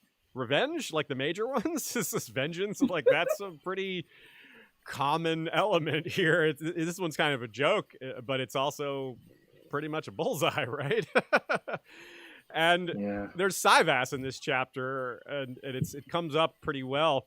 The pieces don't always do what you want, though, right? And Elia is a good example. She's got a will of her own, just like Arianne did for a while there, and still does to a certain extent, because her father doesn't know how much he's thinking about Quentin and worried about King Quentin and all that. So, Manaro, let's turn it over to you for a minute. What do you think about Elia and the caves? Whatever you want to say about this subtopic, I'd be curious to hear. I think Elia is just being a regular 14-year-old girl, just being a regular teen who lives to exasperate all the adults around her, because that's what teenage girls do. For the most part, I won't say all of them, but for the most part, that's what they do. I don't think she was really thinking about the torch at all, how if it was going to go out at all. She just figured, I'm going to go off to do an adventure and just do what I want. I don't think she was thinking that far ahead to like carry some extra flintstone or thinking about whether or not the torch was going to go out or anything like that. Because the first thing she talks about when they actually find her is, look what, I caught a fish. Yeah. I mean, that was like her first response. She doesn't respond to the accusation at all. She's like, but fish. Yeah. It's definitely what my 8-year-old would have said. Yeah. So I found it, I had to chuckle also because Arianne's response is like, she's now the adult in this relationship between her and Elia. And so now she's like, you could have died. All of this could have happened to you. And not too long ago, and back in A Feast for Crows, she was doing the same flighty type of deal, you know what I mean? Acting on her own whim, just doing as she pleased, not really thinking about the consequences that much, right? And so now there's kind of a role reversal where she's actually responsible for somebody, and somebody that probably kind of mirrors her in a lot of ways.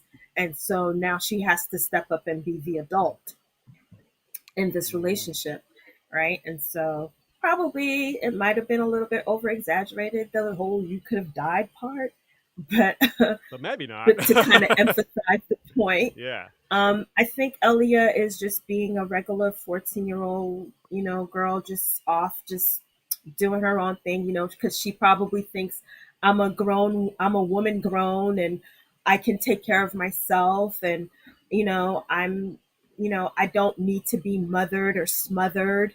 You know what I mean? It doesn't help that her father was the Red Viper, so there's that also. Yeah, he did a lot of act first, think later too. So yeah.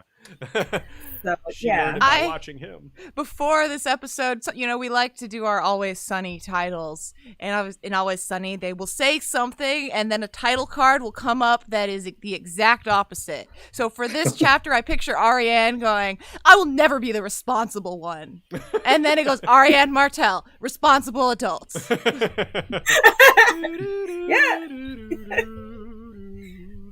Yeah, it's kind of sucky when you have to be especially when you have to be responsible for let me tell you, teenage girls are God bless all parents of teenage girls. Seriously, God bless you, because we are a force to be reckoned with.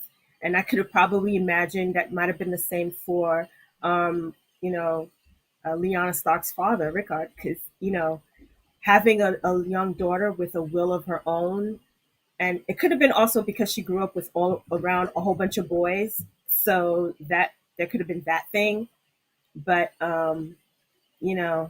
it's when you have a very strong-willed teenage young girl, this is what you have to come up against, and so there's always like this tug of war that happens between the adult and the teen. Yep.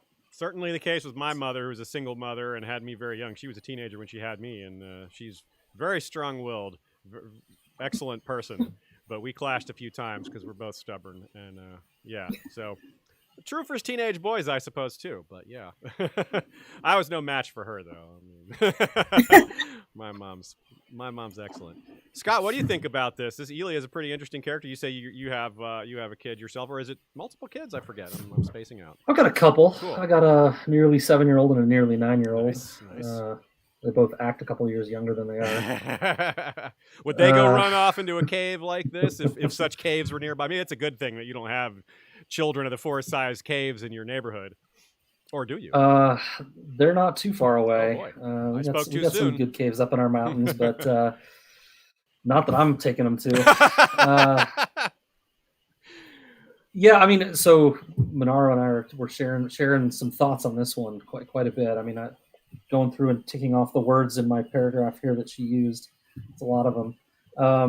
You guys in the last episode, you and Buck and Emily, you kind of talked a little bit about Doran and how he picked the party and why, and that that's a skill that he has. And I can't remember exactly how deeply you went into Elia. I think Emily brought up that she was the same age as Arianne was when she found, I think, the letter indicating that Quentin was going to take over in Dorne, and also when she lost her virginity and started kind of expressing herself sexuality and kind of starting to feel estranged a bit from her family and her situation. And that's that same age that Elia is, and I think Doran might see a lot of Elia and Arianne, like was said. Yeah. And more importantly than that, he knows Arianne needs to be nudged along herself from a maturity perspective. I mean, just 7 months earlier than now, Arianne tried to start a literal civil war. Yeah, it wasn't that long ago. You're right. Fishing in a cave is child's play compared to trying to foment something that large. Yeah. But in this small example, Arianne is forced to play the parenting role, meek and mild and obedient. She asks her to be, and that's a way to kind of get Arianne to start growing up. How do I make sure that I'm getting my boys to eat their vegetables? I eat my own vegetables. I have to grow up myself, right? If I'm going to expect this person to be meek, mild, and obedient. Honestly, my question, and I'm not a parent, so you guys would have a better answer here, is rather, Arianne tells her to be meek, mild, and obedient. Well, Arianne was told stuff like that, and it didn't work for a long time. It seems to largely work somewhat now because she's more behaved, but I feel like Arianne should have some idea of maybe meek, mild, and obedient is asking a little too much. Well, I guess you're right, but I think to be fair, she's not saying like be this way forever. She's just saying like be on this trip while we're in danger. You have to be this way. But you're right, that is kind of like, no, don't. In the long run, you're a sand snake, a daughter of Oberyn Martell. You should speak your mind. And like emphasizing that rather than like smothering her, as was brought up, mothered and smothered, rather than doing that, But I agree with you totally. I think that can go exactly the wrong way. I'll respond with two things though. First, again, I don't think Doran is trying to get Arianne to correct Elia's behavior. He's just trying to get Arianne to be in a place to give advice like this because he thinks that will push her toward that type of behavior. She'll have to live up to it. She'll have to live up to that, right? So it's more about his hopeful effect on Arianne than on Elia. Yeah, that's okay. Rise to the occasion, sort of thing. That's a great way. That's a great way to put it. Yeah. Rise to the occasion. The other thing is, Arianne. I am not a teenage girl and don't have any, but Arianne had maybe some of those same messages given to her. She also, and we won't go too deep into this because how much time do you have? But you can do a whole episode on Doran's parenting and how he let her down. Yes. And yes, you can give those messages all you want, but if you're not earning the right to give those messages to your children, they're definitely not going to respond properly. Yeah. And Doran trusted her with nothing, gave her nothing to go on, and didn't explore that relationship well enough to earn that trust, to earn the right to say, hey, settle down. That's a great point, because now he has shown her that trust, and she has risen to that occasion, at least to this point. Like, and her internal thoughts really show that she's taking it seriously, even if she's making some mistakes, even if she's distracted by some things. She's not perfect. Overall, her attitude, I'd say, is moving in the direction that Doran wanted it to. So you could say that it kind of worked. Which really backs up the long-standing theme or idea we have about Doran, which is that this is the kind of thing he's really good at, is understanding personalities and how they're going to merge and fit together. He's not as good about some of the logistical stuff and maybe how large actual relationships. Behave. Yeah, right. Like I don't think most people in Westeros are not really good with. Most of these parents were really good with relationships as far as their children. Yeah, not too many. You're right. It's nobles, right? The nobility. We've gotten into this conversation a bunch of times in the chat, and it's far easier to mention a good parent than it is to name all the bad parents. That's very true. That is very true. Or at least to name good parenting. Not necessarily a good parent, because there's examples of good parenting that comes from otherwise problematic parents. But yeah, you're right. That is a whole other topic. Let's rein it back in here. Let's talk about House Mertens for a minute here. We don't have a lot to say about them, but they're interesting, and they kind of give us like a lot of times what we saw with House Tolland in the last episode is House Tolland sort of served as a bellwether for how a lot of other Dornish houses were feeling at the moment, and I think some of the same thing is happening here with House Mertens, because you have a lot of houses that never liked Stannis in the first place. They supported Renly, and even after Renly was dead, they went with the Lannisters, partly because of the whole be on the winning side thing, and Stannis had already lost. But some of them sided with the Lannisters and Tyrells before Stannis had lost, before the Battle of Blackwater, when it wasn't a sure thing either way. So some of them just didn't like Stannis, like straight up. And that gives me some curiosity here. If House Mistwood wants to be, I mean, I know they don't want the Golden Company, wandering their halls and taking their food and persuading their serving ladies, but they might not be they might be willing to accept Aegon in the long run, or even in the short term, because they don't like Stannis and they don't like the Lannisters. So this guy is option C, and he's the best of perhaps a mixed bag of crap. They're not too happy with. So maybe House Mertens is all for it. They're like, yeah, actually, we backed Renly. We don't really love the Tyrells that much. Maybe they'll be some of those friends in the Reach, except for they're in the Stormlands. So they'd be friends in the Stormlands. A lot of people are going to take Aegon's side, even some of these people who have been somewhat mistreated, because, again, this is worse than being mistreated is better than being on the losing side overall. Scott, let's start with you this time. What do you think about this, what I've just said, and about House Mertens or Lady Mertens, and anything else you want to add to this? Be curious to hear. Yeah, I mean, just in general, I think a lot of the realm is just kind of waiting. What's going to happen? Yeah. You got this war going on. I sent some sons off. God, I hope they're okay. Some of them didn't make it. What's going to happen? I just want an end to this thing so I can go back to farming and not worrying and get my kids back and, have grandkids. And, what is it? The famous quote is, the small folk don't care about who sits the throne. They just want rain. And I don't know. Exactly. It terribly. Look at me. I know the series.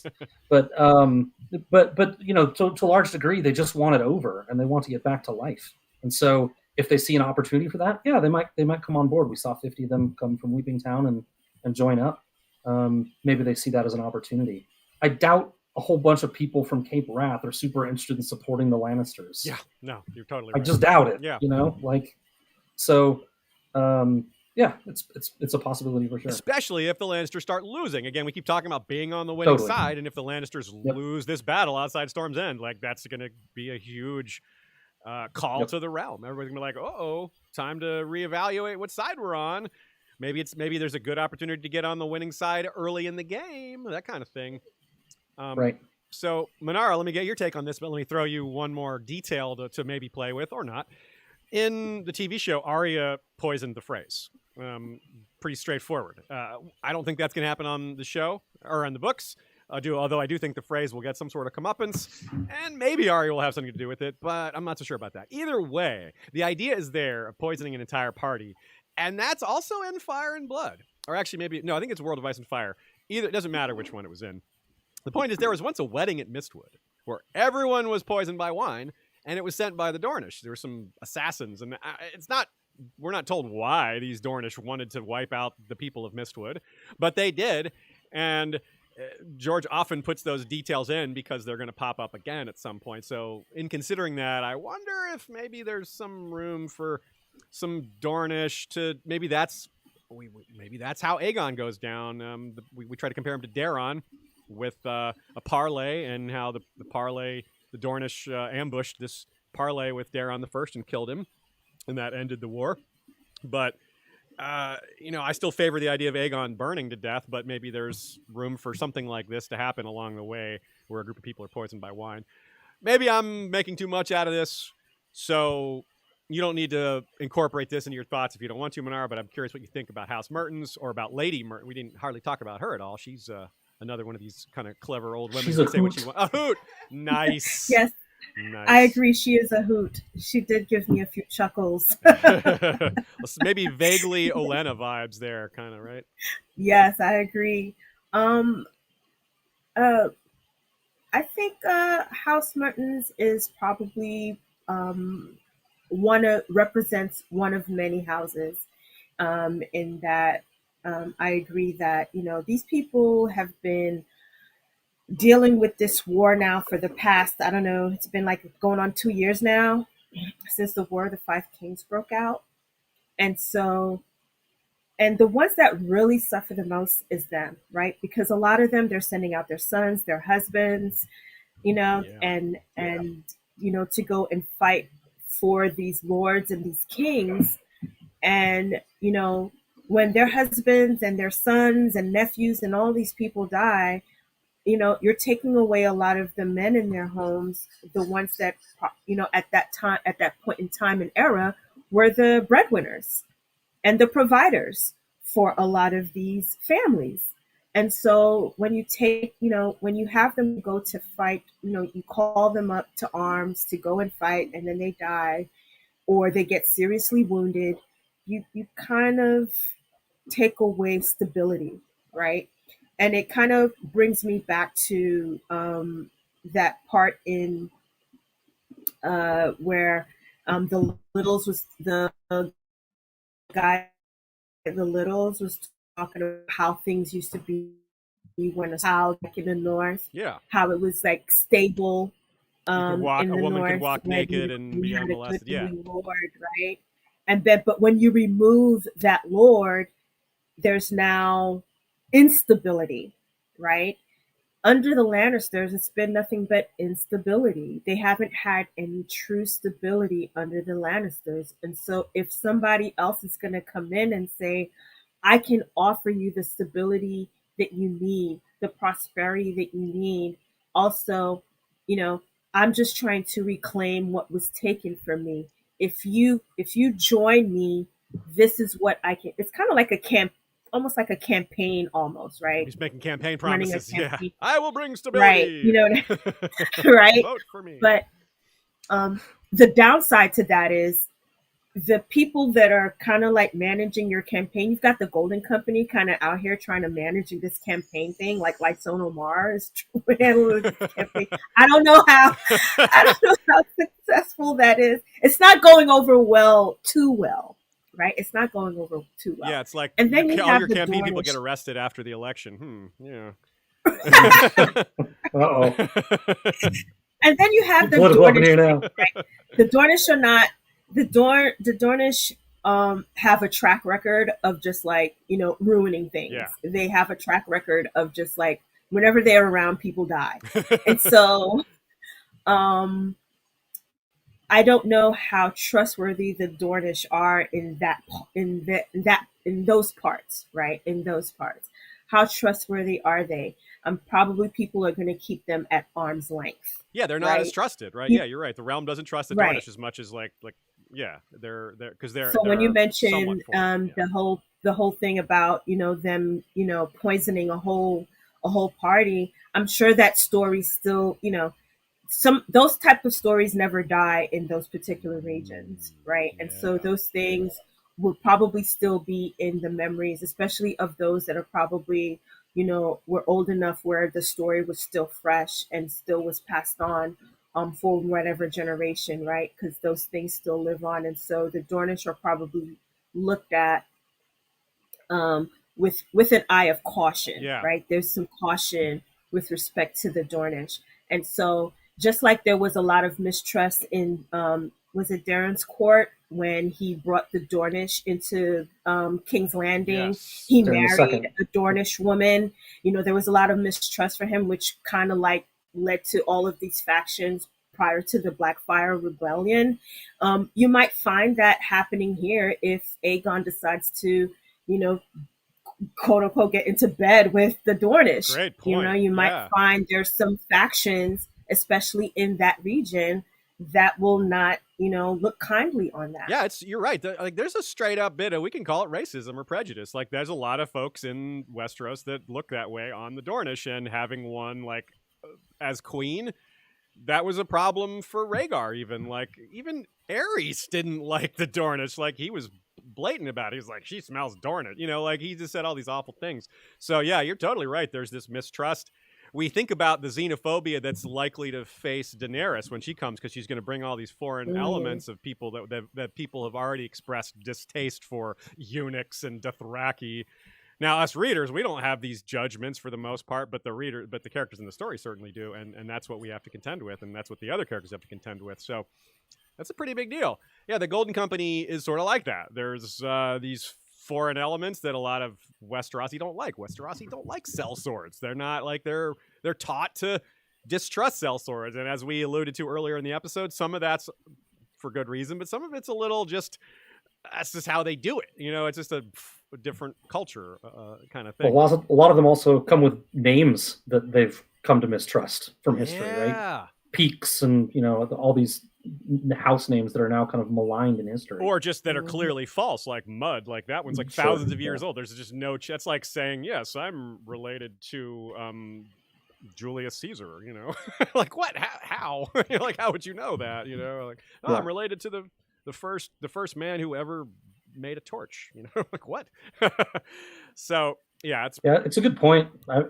I haven't really thought a whole lot about how people would judge that it was the Dornish specifically that they were trying to ally with, because you're right, that's been problematic. It was bad for Darren the Good. People judged for that. There certainly is a tint of racism they're like talking about.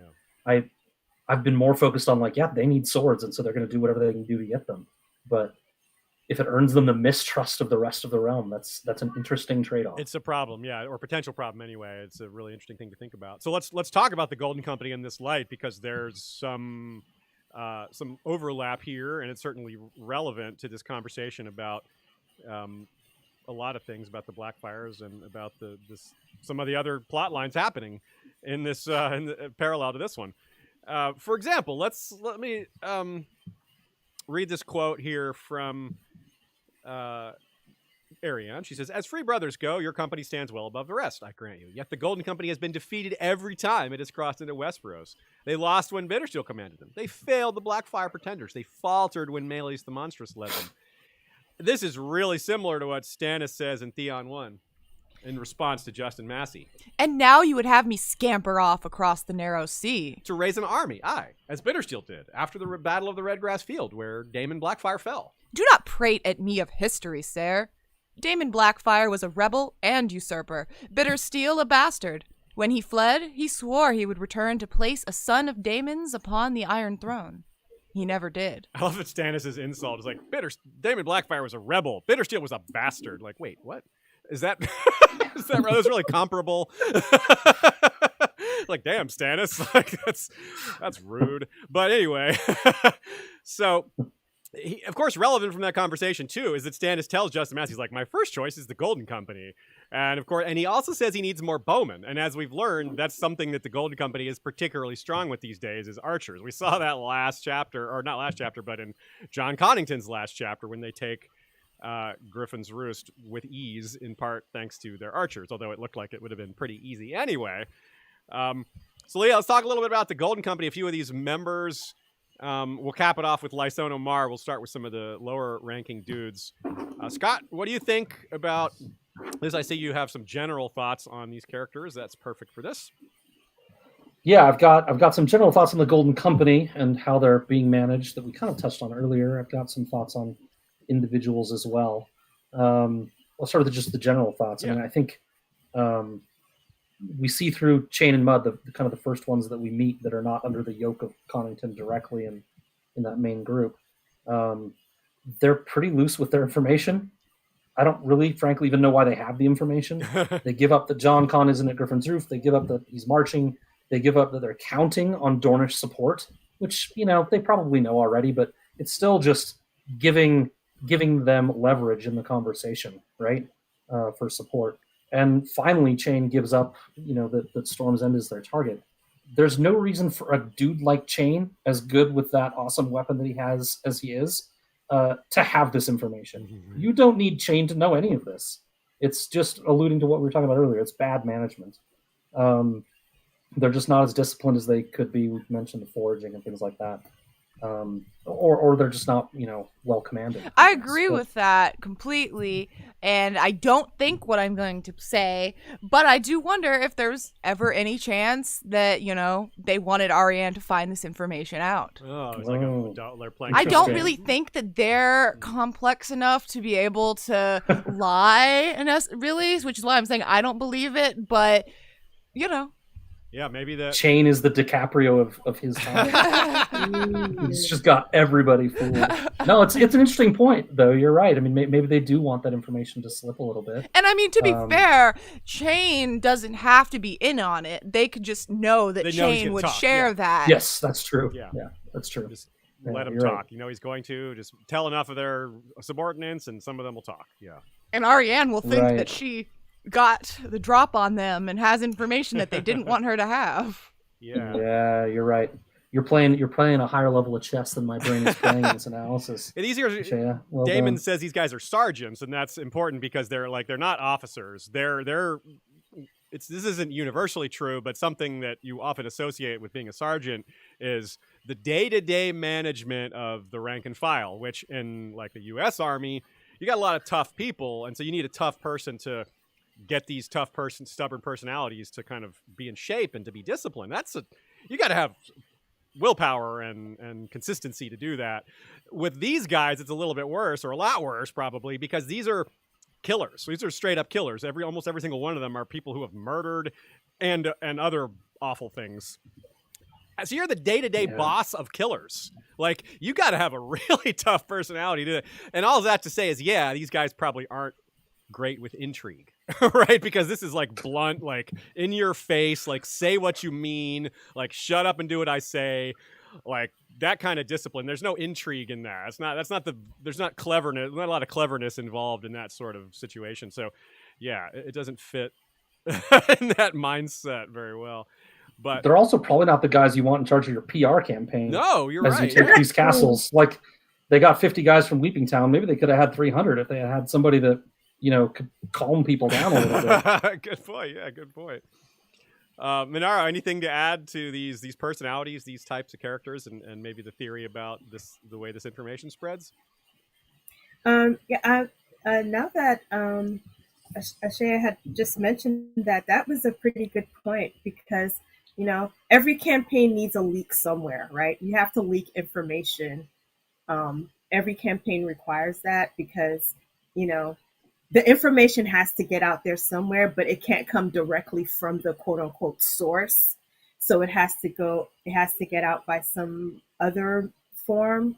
And any good leader, and speaking as a former military member myself, as a retired member myself, in any battalion that you're in, or any group, military group that you're in, the military leader has to know all of the people in their squad.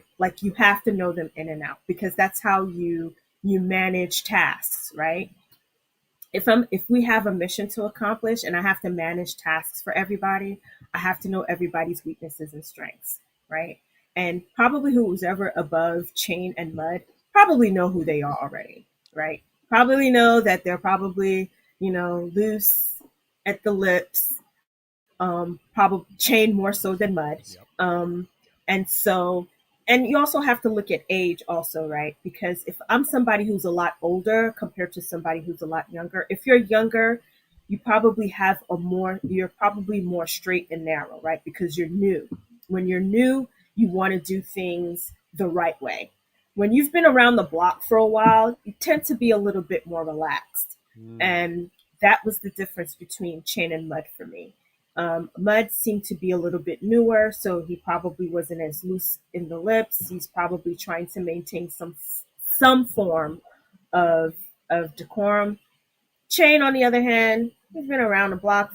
You know what I mean? He's an older gentleman. He's got this pretty girl, who's giving him some attention, touching him. He's, and this is his way of probably showing that, he's got a little bit of information and a little bit of power, and, he could kind of show off a little bit. And so, and Arianne takes advantage of that, right? Mm-hmm. She takes advantage of that in getting him to talk. And I think Chain wanted an excuse to talk. Yeah. So she gave it to him. Yeah, it's really well done. Yeah. So the scenario just played out, in her favor in order to gain information. Now, whether the information that Chain gives her is going to be useful to her in the long run, I don't know. I guess we're going to find out. Yep, that's true. I already mentioned that how the Mud name is so old that it's kind of ridiculous that they would try to trace their descent to these guys, but they also probably know at the same time, it's like, yeah, well, there's no other Muds. It's also an advantage because, yeah, we can't prove we're really from that house, but it's not like there's going to be any other Muds around. And if they want to claim the former Mud lands, well, there's no one to take it from. It's a ruin. It's old stone. So the only thing they have to do is like cut down Merritt Frey's body and start rebuilding. So it's not a solid foundation if he's been bleeding on it. Yeah. So anyway, let's move on. Let's talk about Chain a little more here. Some of this we talked about already, but there's one other aspect of this that I want to bring up. It's a long-standing theme of occasionally we get a look at what a soldier is like rather than the leaders. Mostly the stories revolve around the nobility, the higher-ups, the decision makers, but we definitely get a good look, maybe not through their POV directly, but just what it's like. Maybe one of the best examples is the Broken Man speech. Ahem, Scad, performer of the Broken Man speech at Ice and Fire Con. Shout out to that. I've mentioned it before on the show. Thank you. But that is one of the most. You've been a very big supporter of that. Now old memory. You earned it, my man. But it's very relevant here because that's the speech about the plight of the common man, how horrible war is. It's horrible now, but it sounds even more horrible back in times like this, the real world parallels that exist for medieval times, etc. And yeah, so like examples of people like Kem of the Second Sons. Very similar, right? That Tyrion meets that guy, the one who had a friend in King's Landing. He had to run away because he fought on the wrong side. He fought on Stannis' side and had to flee. So, Scott, we'll start with you. You've got some notes about this comparison, and it's like that broken man thing, but he's not quite as broken as, say, someone in the Brotherhood. Circling back to them again. But this is just a guy who's just known war his whole life, has never had a home. Like, it's a hard life. Well, one of my favorite parts of that speech, but I didn't know we were going there, so you caught me off guard a little bit. But one of my favorite parts of that speech from Senator Maribald is when he says, I'll paraphrase it, a man can win 100 battles and break in his 101st. And with Kem, I don't remember him super well, but I remember, I think something about he's just sitting there at one point and somebody has to interrupt him, and I think it's Tyrion thinks he's like probably remembering his old life, and that could be him breaking right there. And Chain seems fine, but he could break tomorrow. Yeah, you don't know when these things catch up to you, and I'm sure, Manaro, you have much better examples of this that are probably real, that have touched your life. So I won't prattle on about them. But, to me, just generally, Chain is the poster boy for a Golden Company member. He's got this loose tie to the connection that they have to the Blackfire Rebellion. It's, but it's not nearly as strong as it was in his dad and then his dad. Yeah. Right. It gets less and less. But this is his life. All he talks about is the battles he's won and the people he's killed, and that has an effect on people. it's really powerful to think about how long this has lasted, right? Like if not for Bittersteel, Nina writes that his creation of the Golden Company and making sure they had an ideology to follow was really crucial to making it last this long, because it shouldn't have lasted this long otherwise. Like normally this would have fallen apart like probably well before this, rather than being on their like 4th or 5th generation now. So that says a lot about how strong his leadership was and how important the initial setup was, and how defining their goals and who they are, and it's enabled it to last longer than probably would have otherwise. Manaro, what do you think about Chain as an example of a member of the Golden Company, or just whatever you want to riff on here? Yeah, I agree with what you said there, Scott. Also, the Birkenman speech, I love that speech because it does speak close to home based on personal experience and experiences of, other fellow service members.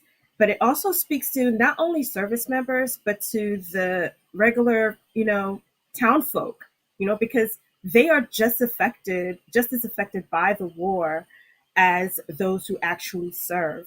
And you can see that in examples of places that are war torn, right? You have civilian people that are that become casualties of these wars, right? It's not just the service members that suffer. It's also the civilian population where the war is taking place. And we see that a lot in the mostly we see that more so in the Riverlands, but it's happening all over the place, right? In King's Landing, in the north, everybody is affected in some way, shape, or form by the war. And Chain just represents somebody who he's not as affected as somebody probably who was directly affected. Because again, he's somebody who's generations removed from when the Blackfire Rebellion first took place and they were first exiled. You know what I mean? He is the byproduct of somebody of an exiled grandfather, and whose father had him with a camp follower, right? But I guess it becomes kind of like a tradition, a male tradition, that all of the men join the Golden Company, kind of like you'll find in some military where you have generations of the men who join, just like their father, grandfather, great grandfather also joined the military. So you have that kind of lineage, but the reasons behind it are different, right? Mm-hmm. Because depending on the era and the time, reasons for joining become very different. If my grandfather joined because, he wanted to make a difference in World War I, the reason I joined was because I wanted a college education. And it just so happened a war broke out at that time, right? So my reason for joining wasn't the same reason why my grandfather joined. And so my sense of, I don't know what word I'm looking for, but my sense of I don't have the same sense of obligation that my grandfather had. Bittersteel was just trying to make sure he kept everybody unified, and he gave them a structure under which to do that, right? Because he didn't want them out there just being a whole bunch of rabbles, right? Yeah. To him, these were honest men who were fighting for an honest and good cause, and they lost. But just because they lost did not mean that there wasn't some dignity left for these men. And so in bringing them together and giving them a structure and giving them a mission statement, he kind of gave them a reason to come together and become a solidified force. Yeah. Over time, it just changed. And Chain is just the perfect example of how things have changed from the time of Bittersteel until now. So I really wonder how these folks would even adjust to that. I mean, think about this. This is something somewhat new for me to think about. Maybe some of y'all have considered this in the past already, but like, this is a guy who's been in it. Like you said, he was born in the free companies. He's lived his whole life in the free companies. His father did as well. His grandfather. he's never just had a life at a home. He's never just lived somewhere stationary, just had like a house to go back to every day and go to sleep at, and a wife, or all these normal things. Like, a lot of these guys won't ever be able to adjust to that, even if they get the chance, because they've just been a nomad sellsword their whole life. And how do you adjust to that? These other guys are trying to fight for a home that they used to have, like you said, but this is passed down through generations. They've never even seen these homes. And it also keeps them from understanding what they're doing. They're taking homes from other people. They don't fully understand how bad that is, how awful that is, because they've never had a home life themselves to see what's being lost. And that's part of why they're less broken, perhaps, but also more broken, because they haven't suffered that level of loss, but they've also never had that goodness in the first place, which, you know, is kind of important. Institutionally, it's pretty nefarious, actually. I mean, they don't really tell you the Golden Company is explicitly doing this, but if all the men are constantly sleeping with camp followers, and all those camp followers are constantly following along the tail, it's part of the system that they're going to raise these children of war that are going to have, frankly, very few options. I mean, there are options, but they're not good, right? I mean, this is this is the life they know, right? And you're right. They also don't really have a sense. The way you put it was really good, Aziz. They don't really have a sense for the lives they're taking either, and how they differ from the lives that they're living, right? And go ahead. Well, I wanted to compare it to what Manaro said. It's like none of them are joining the Golden Company to get a college education, right? No. Like, well, that's exactly the point. They're not offering a college education, and the link that used to be there to do the right thing, and the vision that you're talking about, that Bittersteel gave them, a real sense of purpose that he gave to those men that joined at the beginning. They can't really offer that anymore. Yeah. I mean, it's the link isn't there. You're talking about how obviously they're not looking for a college education, but they're, you know, presumably looking for a home. Yeah, looking for a home. So they are looking for this war, for this company to give them something concrete. They do have a goal. It's just Scott's pointing out. Versus trying to let's get rid of these evil people, these bad people, etc. It's a different sort of war, a different sort of invasion. Yes. Yeah. Absolutely. I'm just saying, like, the ability to draw the right kind of people that you want to keep the Golden Company to be an elite force in number and in quality. It's tougher when you're just offering that temporary war home that you're talking about versus growing them from within and teaching them the values at 5 and 6 and 7 or 8. Yeah. You have to be carefully taught.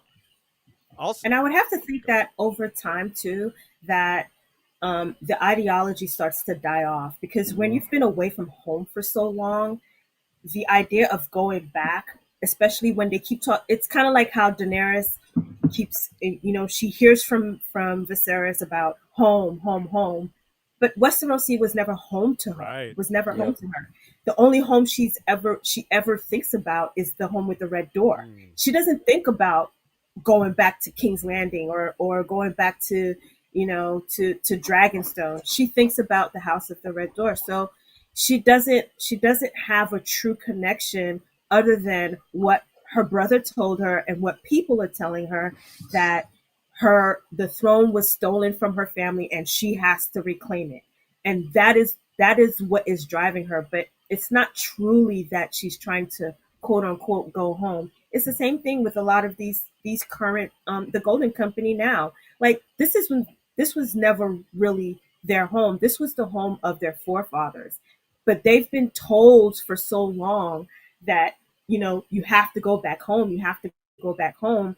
But there was no true sense of purpose tied to, I have to go home, right? Because that's not the home that they know. That's not what they think about when they think about of home. Nobody really taught them what it means to have a home. So I also agree with that, you know, they weren't brought to have any stability. The only thing they know is warring and fighting. So they don't know anything else. So when you bring them to this land and these people have homes and they have quote unquote some level of stability, you're coming in to somewhat disrupt that, to say, oh, I'm coming in to also establish a home too. So Yeah, and I don't think they're prepared for how much their quote-unquote home will reject them, like it will Daenerys as well, potentially. Like, they'll be like, no, you aren't really from here. We don't want you here. Like, you weren't born here. You don't have our culture. It's the, the xenophobia aspects, the propaganda that may be arrayed against Daenerys because they all of a sudden, the Aegon's faction and Varys are like, oh, she's now not on our side, so we need to paint her as an enemy and make sure everyone else sees her that way. And that won't be hard given Westerosi dispositions against women and foreigners. So that well's already kind of poisoned. So yeah, that's a really, really valuable thing to consider. And this is also true. It's kind of a toxic quest. We pointed this out at the beginning. Viserys is like imparting all this revenge, our rights, our family, our dynasty, like that's the justice of our cause.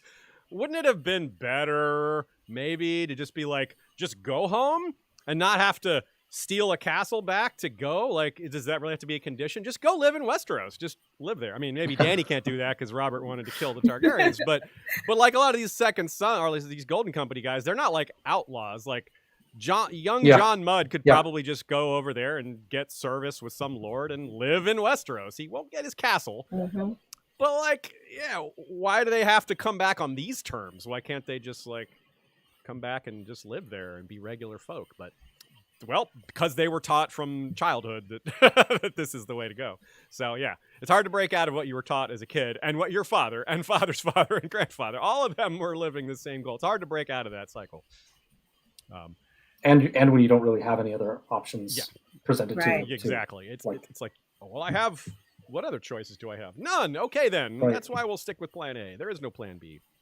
So that's part of the leadership option, too. The leaders are also telling them there's no other choice. So, yeah. Speaking of leaders, let's talk about Lyson Omar here. This is a pretty big, important character. He's a little different. You don't get the sense that this guy is some wash-up, multi-generation Golden Company guy that has no other choices. Like, I feel like this dude could definitely go work somewhere else if he wanted to. So he's really interesting. Let me set out some details about him and what he represents and then turn it over to y'all. First of all, this quote. He has so much in common with Varys. It's wild. Now, let me caveat, I do not think they're the same person. Occasionally that theory pops up. That's pretty much impossible because, well, there's a lot of reasons. I don't really want to get into why. It's pretty much impossible. Here we go. His eyes were a pale lilac, his hair a waterfall of white and gold. All the same, something about him made her skin crawl. Was this what Viserys looked like? She found herself wondering. If so, perhaps it is a good thing he is dead. And, well, yeah, because she was going to be betrothed to Viserys, so she's kind of like looking at like, is this the guy? Is this what the dude I was going to marry? Is this what he looked like? Whoa. But look at that line and compare it to... this line from way back in a Game of Thrones. This comes from Grand Maester Pycelle. The Lord Varys was born a slave and least. Did you know? Put not your trust in spiders, my lord. That was scarcely anything Ned needed to be told. There was something about Varys that made his flesh crawl. So we have the flesh crawl thing line for both of these characters who have lots of other things in common, like the association with Aegon, for one thing, association with Viserys, but another major one is this lilac aspect. The first time we meet Varys, the lilac is all over the place, and that's a big tie to Viserys because Viserys' eyes are lilac, and it's presented that way very early in the text in the Game of Thrones. Now here we are again, 5 books later, lilac again, Varys vibes all over again, and man, that's a lot to deal with because they have to know each other, or at least be in contact somehow. They're on the same team. They're both from Lys. I mean, I don't know exactly what to make of this connection, but it's got to be there some way. There's got to be something going on here. Nina writes, in terms of the debate that Lysono has with Arianne, that he's like downplaying the real dragons. He's like, real dragons, whatever. But he's almost like trying to act like they're not even real. Like maybe they don't even exist, but we know he knows they're real. And Arianne's not buying it. He's like, what are you really saying here? And so she presses him continuously until he kind of has to admit, okay, Daenerys is still in Slaver's Bay. She's there. Like, she's just not coming. And that throws Arianne for a bit of a loop because she's like, well, what about my brother? it's not really, it doesn't come up specifically. His name doesn't come up, so she's kind of left to wonder, well, what does that mean for him? She doesn't consider the possibility that he's dead, or at least it's not written that way.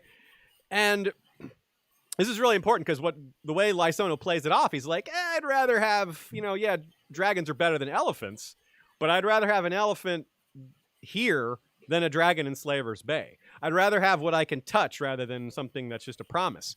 And that, Nina writes, is very much what we might be dealing with in terms of how Aegon will view Arianne. He's like, well, should I wait and try to marry Daenerys, who's thousands of leagues away, maybe never coming, maybe won't even marry me, or this beautiful woman, this beautiful seductive woman who's offering me Dorne right now, who I can literally touch and see.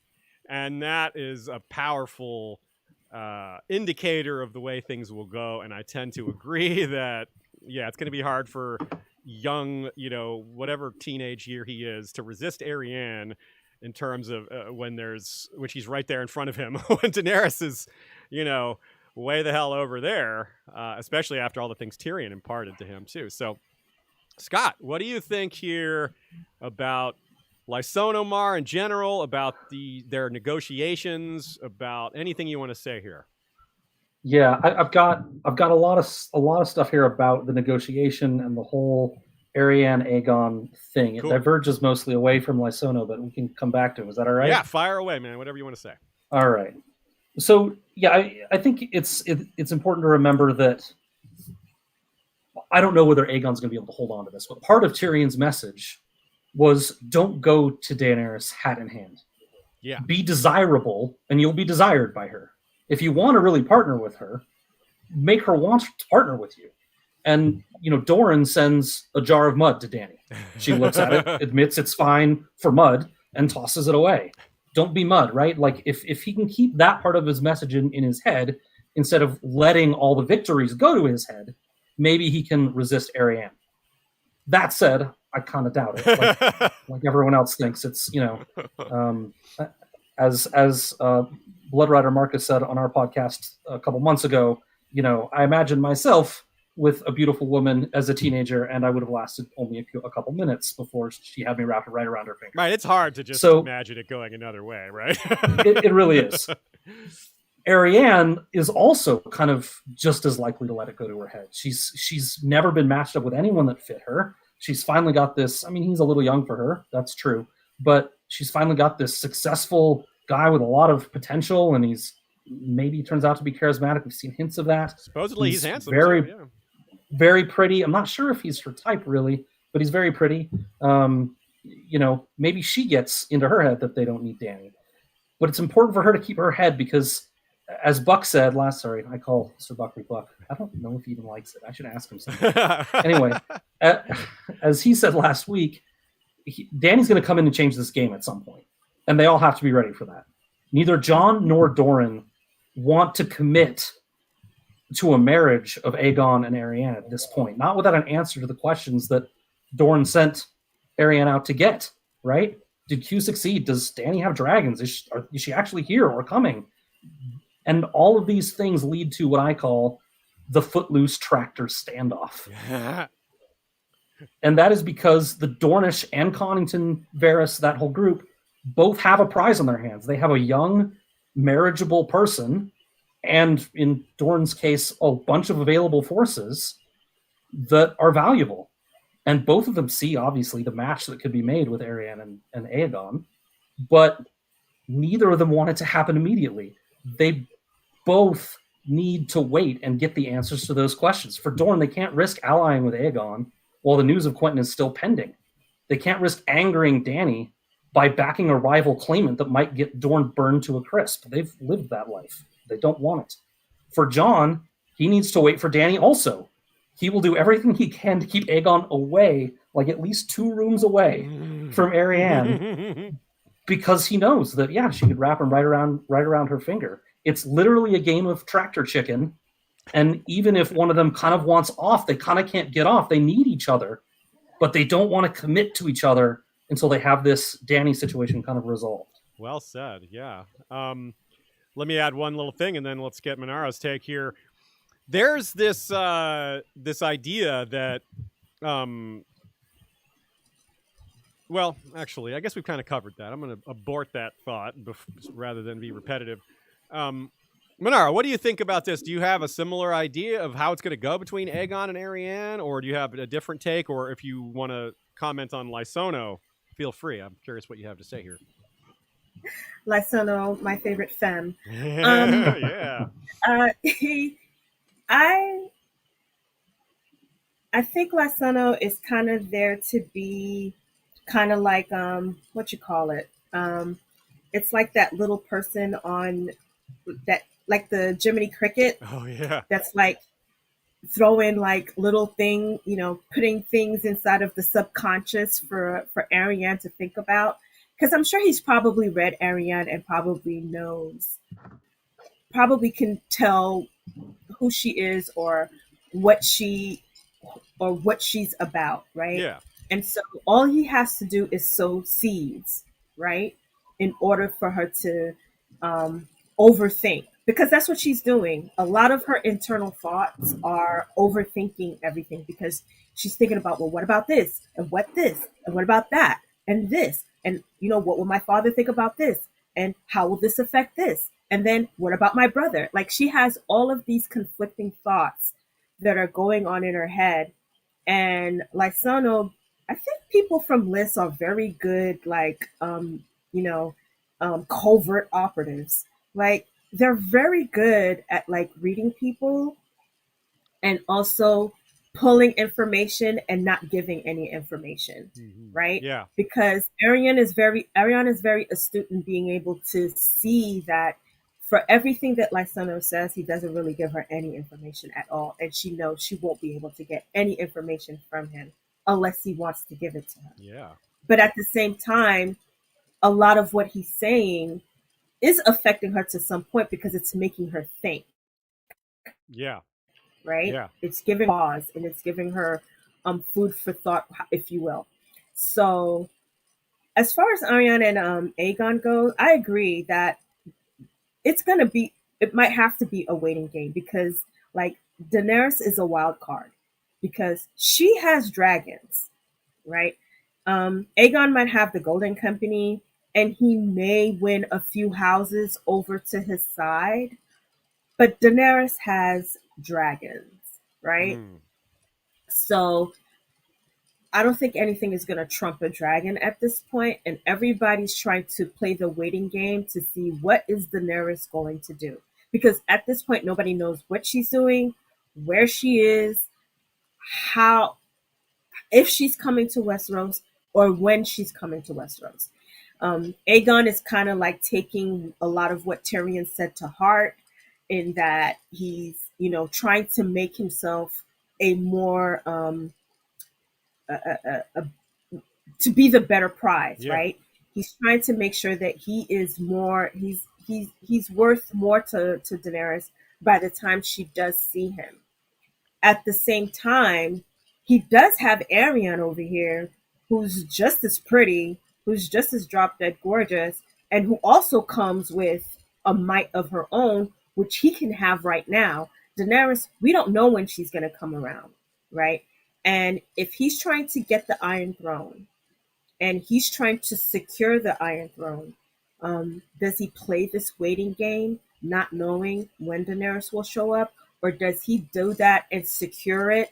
Because he can just say, you know what? I'll be just like my forefather Aegon, and I'll have two wives. Yeah. I'll just have Arianne now, and then I'll just get Daenerys when she comes around. He might get that right? in his head that he can do that. Be like, no, they're not going to do it. No, don't do that. I'm the prize. Yeah. I'm the prize. At the end of the day, I'm the prize.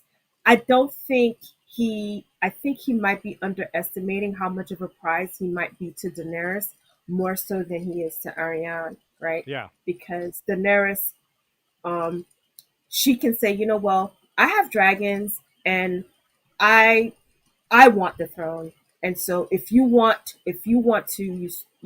take the throne, you're actually usurping me. So that might not go so well. She might say, well, I trump you because of these dragons. I can either burn you now or you can just step to the side. And that I don't know. That causes all sorts of problems too, right? Because then she's a kinslayer if she kills him, and it's like that. Westeros, you really don't like that. Another idea that occurs to me here is, what if Westeros hears the rumor that Dany is dead? Like, that she flew off on her dragon. A lot of people in Meereen think she's dead. We know it's not true, but that doesn't matter. If the rumors come to Westeros that Dany's dead, then all bets are off. Like, okay, there's no reason to wait. Well, she's gone. Like, Right. there's not. Maybe she won't even come, even if she was alive. But if she's dead, then He would have a good excuse too to tell her, Yeah. like, we thought you were dead. Yeah, like, I thought you were dead. Yeah, and that might even work because, yeah, and that's funny because that would be another parallel. People hearing that Stannis is dead is already a thing. Like, Stannis even says it out loud. You may even hear that I'm dead. Don't worry, don't listen to it. Just keep going, you know? And so that's a nice little thematic tie-in, or plot tie-in, plot parallel.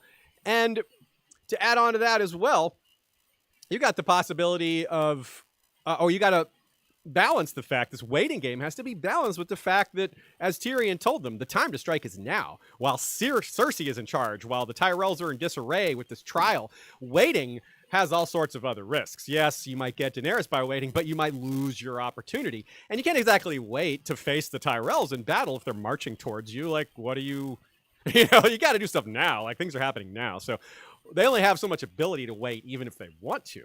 And they may not want to. The tractors. Yeah, the tractors move inexorably on. Boom, your tractor parallel is really doing work here. Yes. Real quick here, another parallel, or at least a maybe common connection point, something that's been out there in the fandom for a while. Who these people are. Like, is Varys related to Targaryens at all, or does he have Valyrian blood? Is he a descendant of Sarah Targaryen, who moved to Lys and established herself there? Aerion Brightflame spent time there. There's a chance he had bastards while he was there. It's interesting. Scott, I see you have a note here on this. What do you think about that possibility? Yeah, sure. I think either one could be possible. You know, I'm not big on the long range blood lineage. Like, you take it far out enough, and everybody's got everybody's blood. Yeah, right? yeah, I mean, definitely. how much do you need to be a Targaryen? Well, one drop maybe. Yep. You know, how much do you need to feel Targaryen? I don't know. Some more. I don't know. How much to get the Targaryen magic? Seems to vary depending on. Yeah, I mean. So what matters really to me is that Varys, maybe Lysono too, that they feel connected enough to the Targaryen or Blackfyre lineage to dedicate their lives to doing something about it. That these people feel that way, and that other people believe it enough that they can take action and make something happen. But yeah, I mean, there are possibilities out there for reasonably direct lineage through Sarah or Arianne. Yeah, that's kind of an open question, just something I wanted to throw out there. We don't have time to like get deep into it, and honestly, we don't have a whole lot to firmly grasp onto with that. It's just a neat idea that fits, and hopefully we'll get more detail later. Also, just another tie into Varys here with his little birds. Lyson Omar's riders, the quote is, his escort, as for the riders who had come with him, they might as well have been mutes for all that her own men were able to get out of them.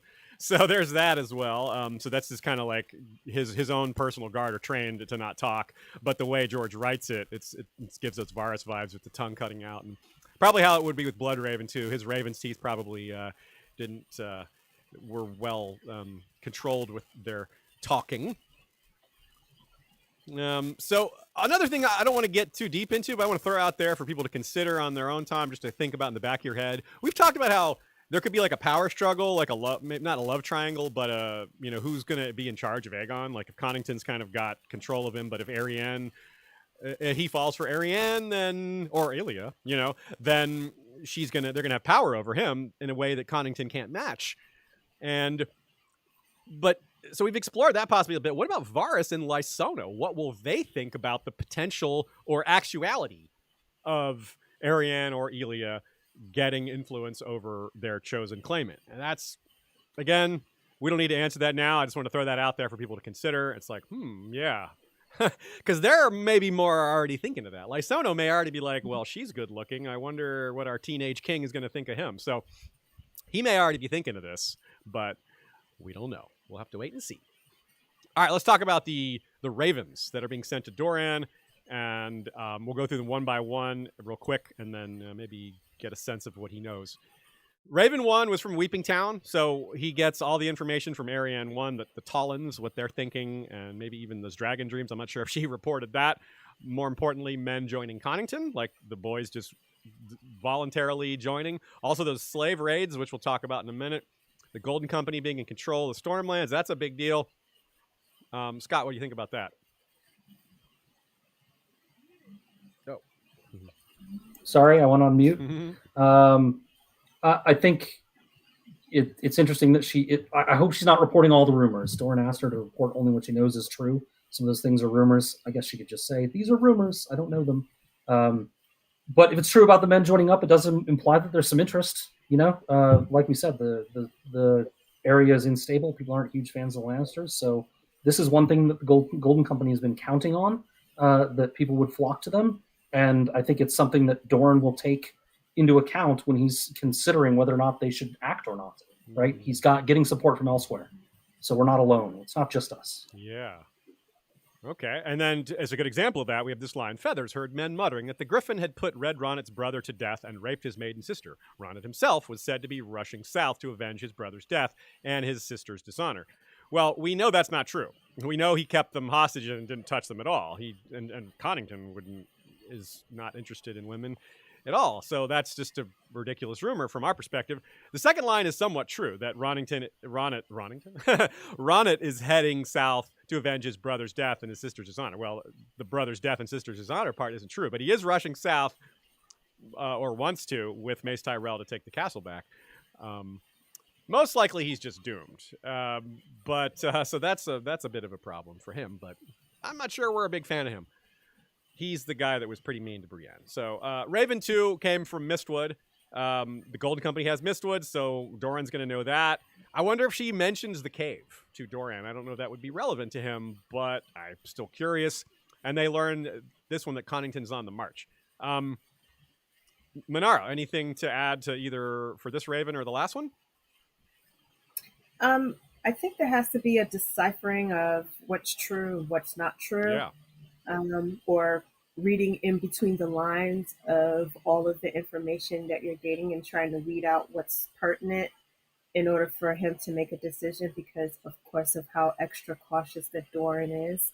And so, yeah, when you're listening, I find that whenever we're getting information from a lot of these ends in the story, sometimes the truths are exaggerated because people want the story to be a little bit more interesting. And so you do have to try to pull out what is true in the story, depending on who's telling. Yeah, he kind of has to suss that out, but he also has to realize, well, has Arianne already filtered some of this? And yeah, it's kind of tricky. We don't know what exactly is in the messages.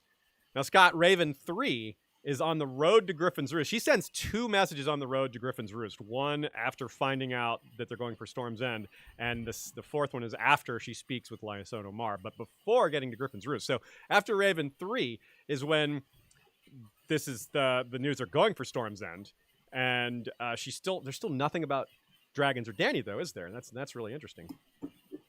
Yeah, I wonder if it's just kind of is starting to add up. I mean, he spoke to Chain a lot. He divulged his whole life story.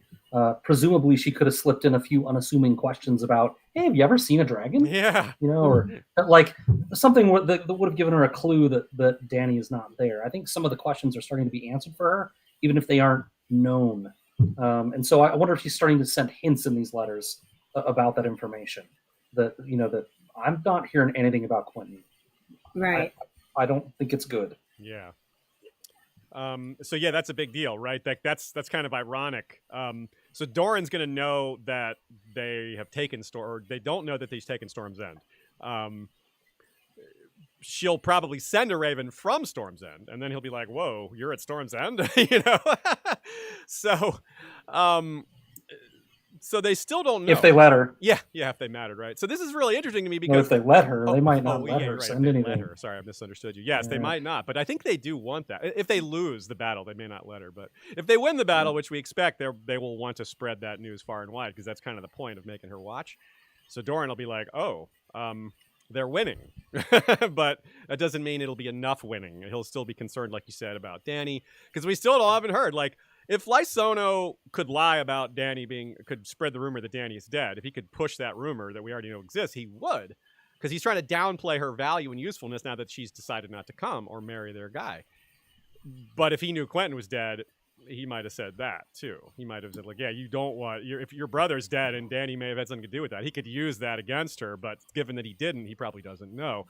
So I think it's really ironic that she's trying to provide her father with as much accurate information as possible, yet behind the scenes, hanging over all of this, is her very wrong idea of what her brother is doing and just the fact that he's alive.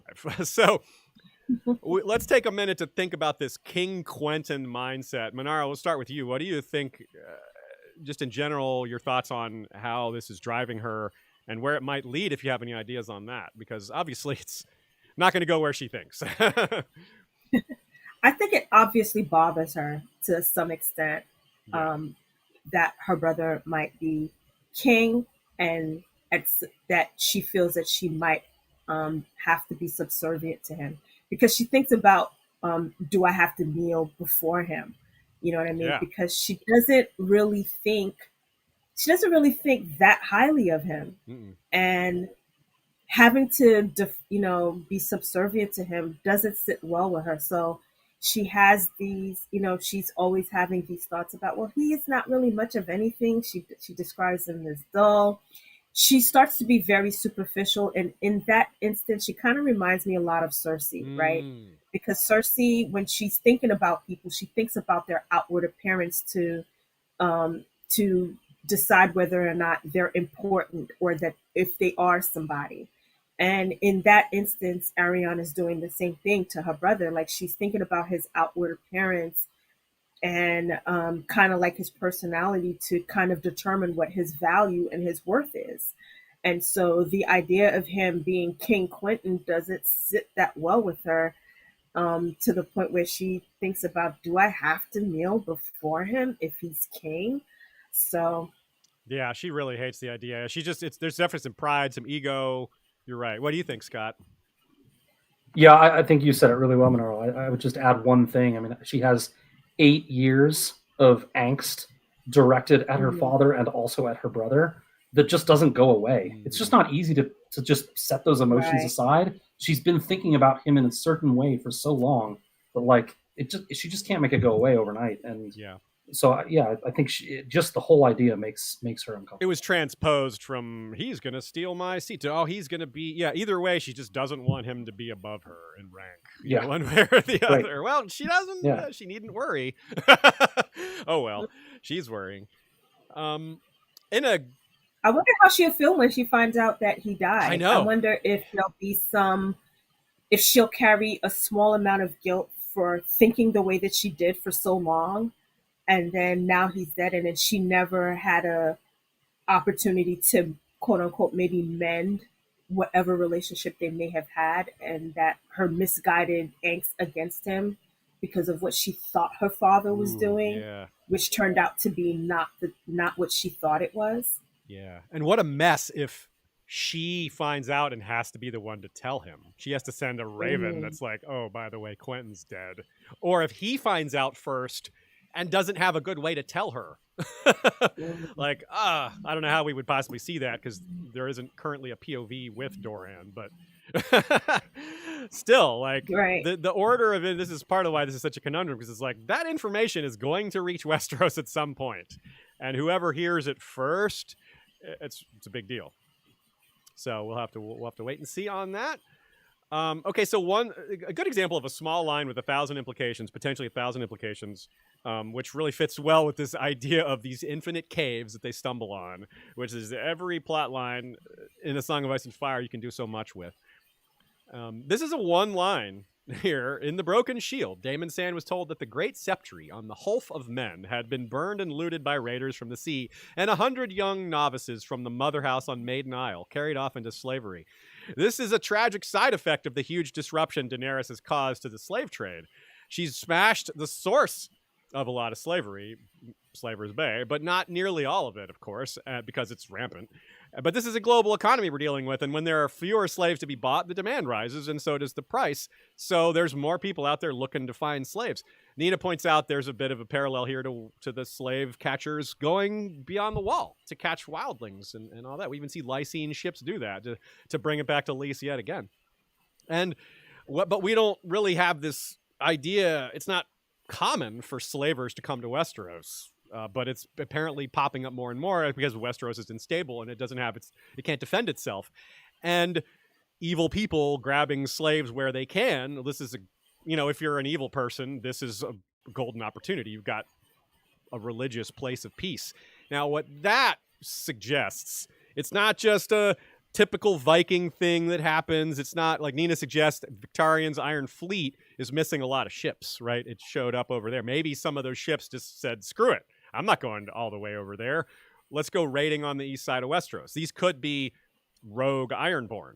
It could be Orain Waters. He's now the pirate king of the Stepstones, probably, or something like that. So there's a lot of possibilities of who it could be. But who it could be maybe isn't as important as what it suggests for the future. To me, this is cutting into Sandor's arc. What happened? We were worried about this at the time. When the Quiet Isle was front and center for us in Valar Rereadis, we talked about how on the show, Sandor's chilling out, building walls, digging ditches, just being a regular guy, hermit of sorts, being useful, staying away from the world. But the world comes to him. This is a theme we've talked about throughout this episode and in other places. The war comes to you. You can't hide from the war, even if you're in a hermit spot like that. So to me, this is perhaps a setup for Sandor re-entering the story, sort of like he did in the show. Someone comes to attack the Quiet Isle. He's no longer got a safe spot. Maybe everyone around him is killed, or a lot of them. And it maybe is the Ironborn. Maybe Euron's Ironborn, after they beat the Red Wine Fleet, all of a sudden they're going up and down both coasts, doing all sorts of nasty stuff. Do you all have anything to add to that? Is that something you've thought about before? Manaro, we'll start with you this time.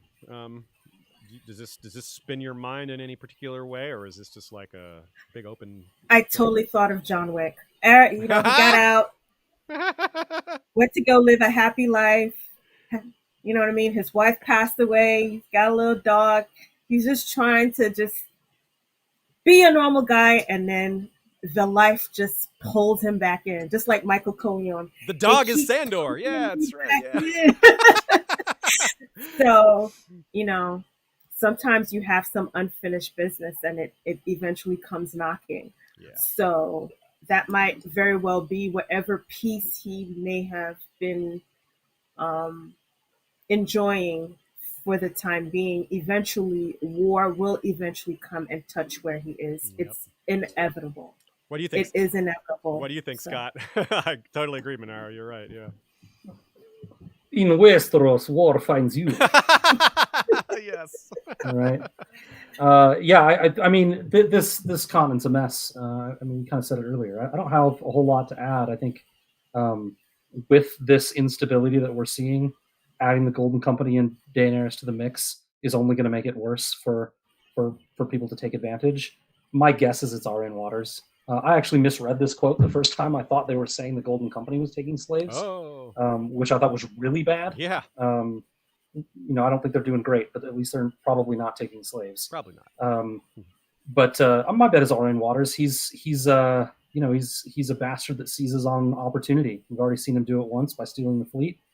Probably heard the news, knows that there's a market, and he's going after it. Yeah, and he's. Thank you, Cersei, for the ship. Yeah, thanks, Cersei. Yeah. Appreciate that.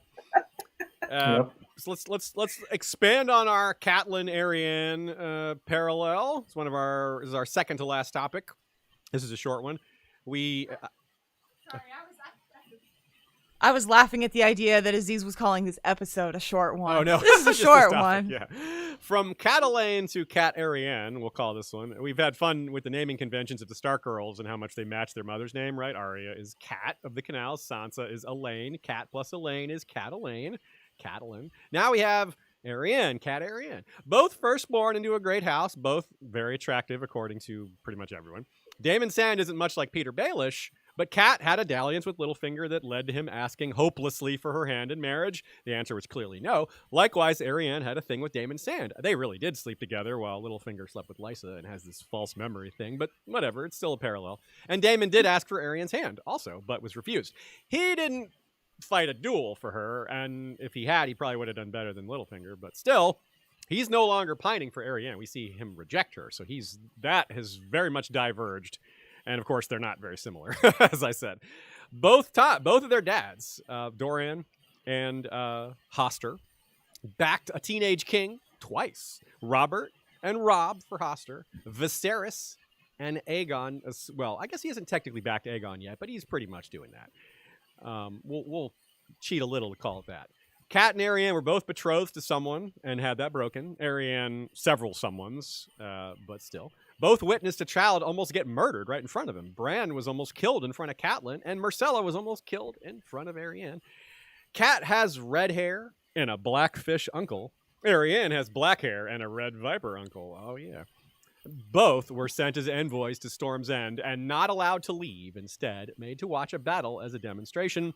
Remember, Cat says, "If you are set on battle, my purpose here is done. I ask your leave to return to Riverrun." Renly says, "You do not have it. You shall see what befalls rebels with your own eyes, so your son can hear it from your own lips." And in this chapter, Daemon Sand wonders why the Golden Company doesn't ally with Stannis instead of attacking him. And back in Clash, when Catelyn suggests a similar thing, she finds out Stannis isn't going to ally with anyone calling himself king. No way, no how, no other kings in Westeros, says Stannis, and he has not backed down from that. So lots of parallels, lots of history repeating itself, but not in the same way, just in familiar ways. Manaro, any thoughts on Catelyn and Arianne? Did you notice any other comparisons, or what does this vibe do for you? No, actually, those are really pretty good. I don't know how good of a relationship that Cat and Littlefinger had, but yeah. there is still a spark between Daemon and Arianne for sure, and you can see that more so. It plays out more in the first Arianne Winter chapter. Yeah, you can see the way that she still looks at him and stuff, the way she catches glimpse of him. And when she kind of like made a suggestion about him staying with her, and he made that kind of lewd comment to her, so you can kind of see that there's still a bit of a spark between the both of them, as compared to with Cat and Littlefinger, there was nothing. He has a one-way spark there. Well, he still held a yeah. for her, but she was not really, she had friend zoned him a long time ago, or brother zoned him, or whatever you want to call it. Some zone that isn't hers. Yeah, not the Cat zone, that's for sure.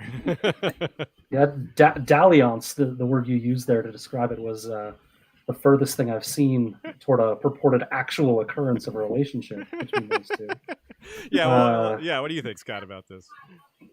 Yeah, I think Daemon is an interesting guy for sure. I think there's still definitely feelings there. It might be feelings of love, but there's also feelings of betrayal and pride. But sure, if he were over it and like completely moved on, he wouldn't have responded meanly. He would have responded respectfully. Like that's not where we are. We're not there anymore. Yeah. Instead of making a rude comment about it.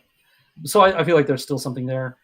So that's I guess a difference between the Cat thing, like Manaro said. Yeah. I really love the comparison. I see you do these comparisons on Twitter. I do love parallel comparing these two characters. Yeah, I love it when you do them. So it was nice to read through this. I've got two for you, Aziz. Yeah. Both are take a parenting role. Oh yeah. And both see a lot of have some of the best descriptors of landscapes and imagery. Oh yeah, we mentioned that, but I didn't mention it in this context. You mentioned it already, yeah. so yeah. And of course, there's the whole. So does that mean that Arianne is going to die a really horrible God. death? That's what a lot of people think. Some sort of. It might be. It might mean that. Yeah. like her and her entire party will be wiped out in some way. Well, here's the thought. A lot of people do think that. Aziz will go into it. Well, here's the thought. Like, yeah, her whole party could get wiped out, but here's a different idea. Like, one idea is straightforward, that they just get baked by Dragonfire / Wildfire along with Aegon. But if you really want to get deep into this parallel, bring up what I brought up before with Lady Stoneheart, and like, because John Connington's in the vicinity, right? He's slowly turning to stone. What if that's how she goes? Is she catches grayscale? Like, that's still this weird supernatural thing hanging over this whole plot that we touched on a little bit last time. We haven't hardly talked about it at all this time because it's just such an unknown. Like, who is he going to give that to? Like, it's not going to just stay on him, right? It's got to spread, but to who? And she could be one of them. I don't know. So, man, I really don't know what to do with that grayscale plot. So, like, yeah, that's there, isn't it? Like, where is that going? I'm so curious. Because it really could be nothing. It really could just be to speed up the clock for John Connington and give us a way to relate to his urgency. Yeah. But then it also could be a huge event that adds another big environmental variable to the whole thing. Because Val, it could freaks be. out I about can see it, George right? doing both. Because you got even at the wall, Val's like, no, Myrcella's unclean. You got to kill her. Like, whoa, Val turns into a child. Shireen advocates child execution. Shireen. What's that? You said Myrcella. Oh, I said Myrcella. Yeah, Shireen. My bad. Yeah. We all knew. The other it's girl really, with I think George could go either way on it. With the other girl with a horribly messed up face. Damn it. Ooh. Poor little girls. It's terrible.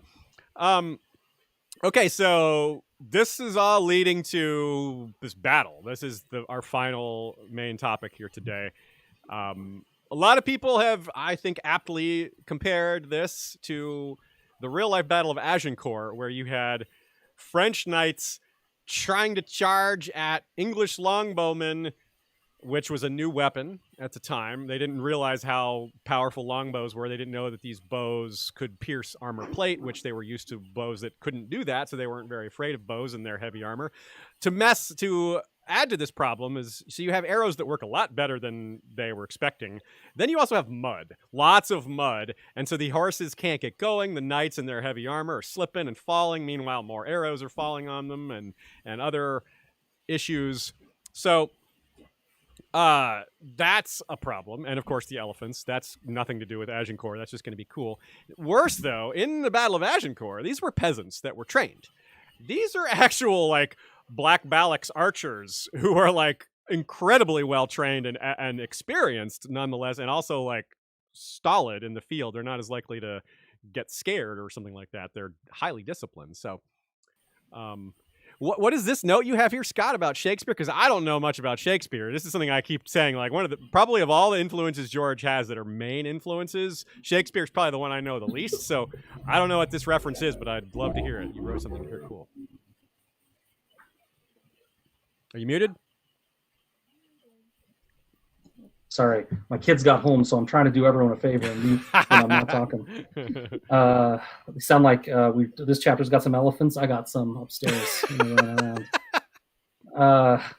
So I'm not a historical military expert for sure. It's not really a field I'm in, but I do know some Shakespeare a little bit. And Henry V is the play that has the Battle of Agincourt in it, and specifically beforehand, one of the most famous Shakespeare speeches is from Henry V, the Crispin's Day speech. A beautiful speech. Lots of people have done it really well. But I would love to see, to bring this back to A Song of Ice and Fire, which is why we're here, everyone. I would love to see Aegon get a moment.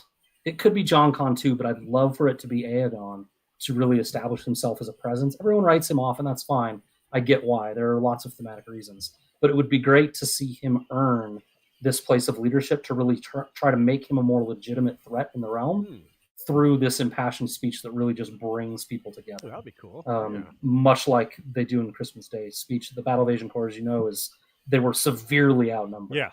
And he just tells them to pull together, and Aegon could do something similar. If anyone's interested in the Battle of Agincourt, of course, there's lots of reading about it. Lots of people in the fandom have written about this potential comparisons, but you can watch it portrayed in a recent movie called The King, which is on Netflix, and it is notable because it has the actor who played Tommen in it, as well as a few other actors from Game of Thrones. One thing I love to point out about that movie is that Henry is played...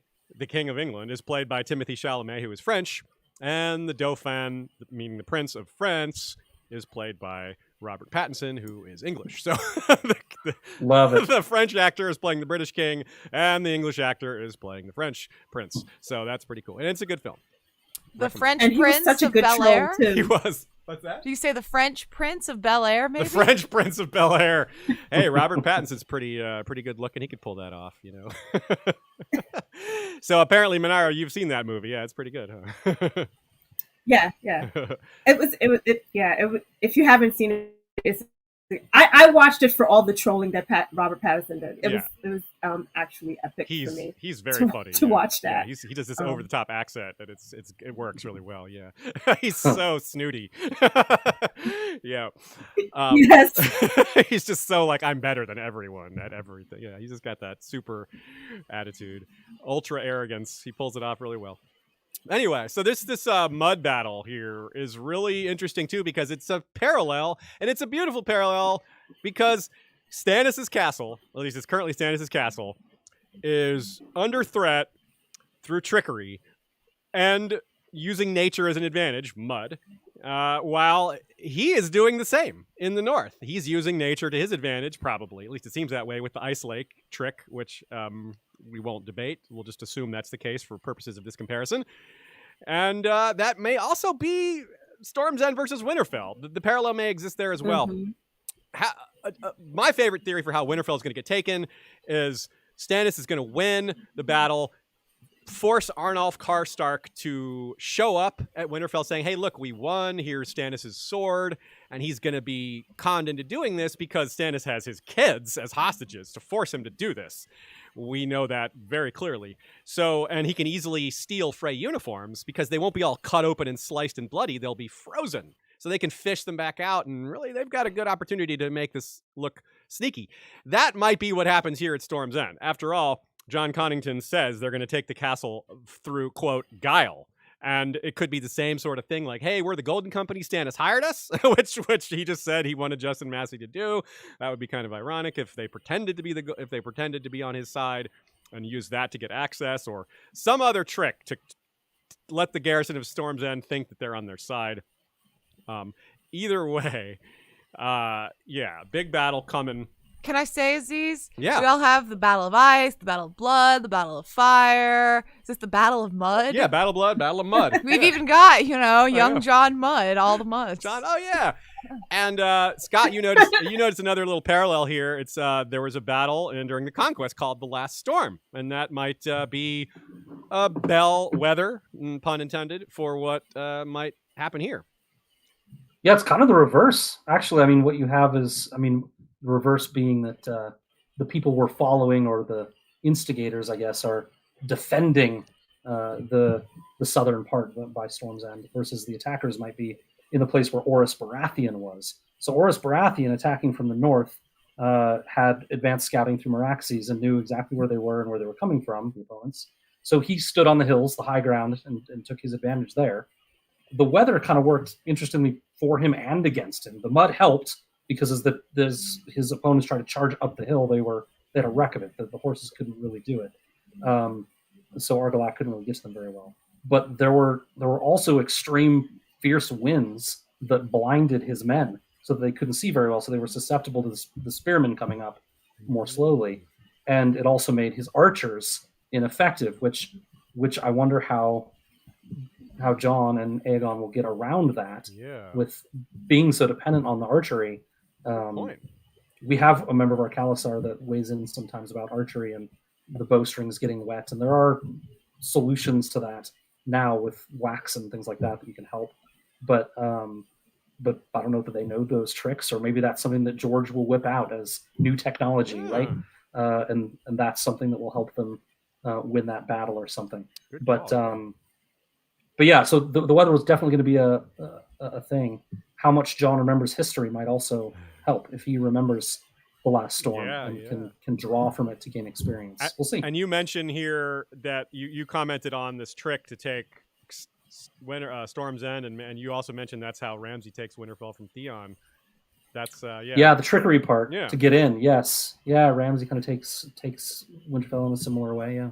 You call it. You compare it to the Trojan horse, which I love that comparison, because we've made that comparison to what Victarion is doing It's the Trojan fleet full of men pretending to be fishermen or whatever. So just trickery is a big part of a lot of these battles. Euron too is probably going to like call up some krakens or something. I don't know what he's doing, but he's got something planned. So it's probably going to be by making. Sorry, go ahead. No, I was going to say it's going to be something unexpected as far as the Red Wine fleet's concerned. They're not going to see it coming, whatever it is. By making all of his castles amazingly defensible and impossible to penetrate, George has to use these literary tricky ways to get into castles. And we brought up the Friends of the Reach thing, too. That's another possibility of Friends in the Stormlands, people who will turn on Mace Tyrell. And we've already mentioned Randall Tarley, but he's back in King's Landing for the trial. He may not be a part of this battle. Mathis Rowan, however, is already at Storm's End, or at least he was before we hear the castle being taken. So maybe he switched sides, which maybe helped them get the castle. Or anyway, there's people turning on the Tyrells is another thing that could happen during the battle that might change the outcome or at least assist it. Manaro, what do you think about the coming battle? Any possible betrayals? Things could go wrong? Whatever you want to say here. I agree. I think a lot of the taking of the castles is going to happen through trickery and subterfuge. I mean, because it really, logistically, it doesn't really make any sense for them to try to like go in and like, all battle or do a siege, because it's going to take too long. Yeah. Right. And so I think the quickest, most efficient way is through trickery and subterfuge. And they have the means to do it, right? Because George has already given us history about how it's been done in the past. So there's plenty of examples of ways that they can do it now. And so most of the battles that we'll probably see will be like short-term battles. And there might not be too many. Most of the casualties that we'll see will be done through whoever the commanders are going to use the terrain. Like how we see Stannis is most definitely going to be using the terrain to his advantage to defeat the Freys and the Bolton forces. I'm also going to assume that John Connaughton knows the terrain, and so he's going to use that to his advantage in order to defeat any of the Lannister forces. Yeah, he's from there, right? He's from the Stormlands. Yeah, exactly. So he knows the terrain, and so even though the Golden Company are not familiar with the terrain, all they have to do is follow whatever it is that he tells them to do, and just position themselves where he tells them to position themselves, and they can just take care of the rest. And they're disciplined, so they probably will follow orders. So that's a good call. Okay, well, let's get I have one last question for everybody, then we'll just say goodbye and say thanks and all that. Final prediction for Arianne. I'm going to phrase the question, will Arianne see Dorne again? But you can answer this in a variety of ways, like, well, if she dies, or a variety of other things. Scott, start with you.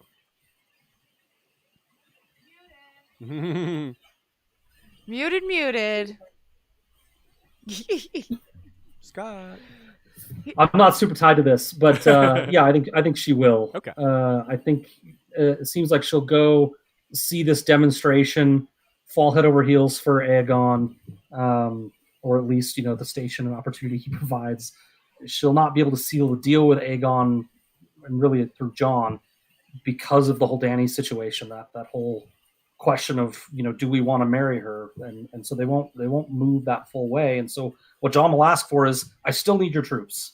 No marriage. I still need your assistance. You saw what we're capable of. Please do it. And she'll say, I kind of need Dad for that. And she'll get an escort back, and there'll be a whole thing. Okay, cool. And that's where we'll get to see Dorne's thing. That's my opinion. Right on. Okay, that's cool. I like it. Manaro, what's your prediction here?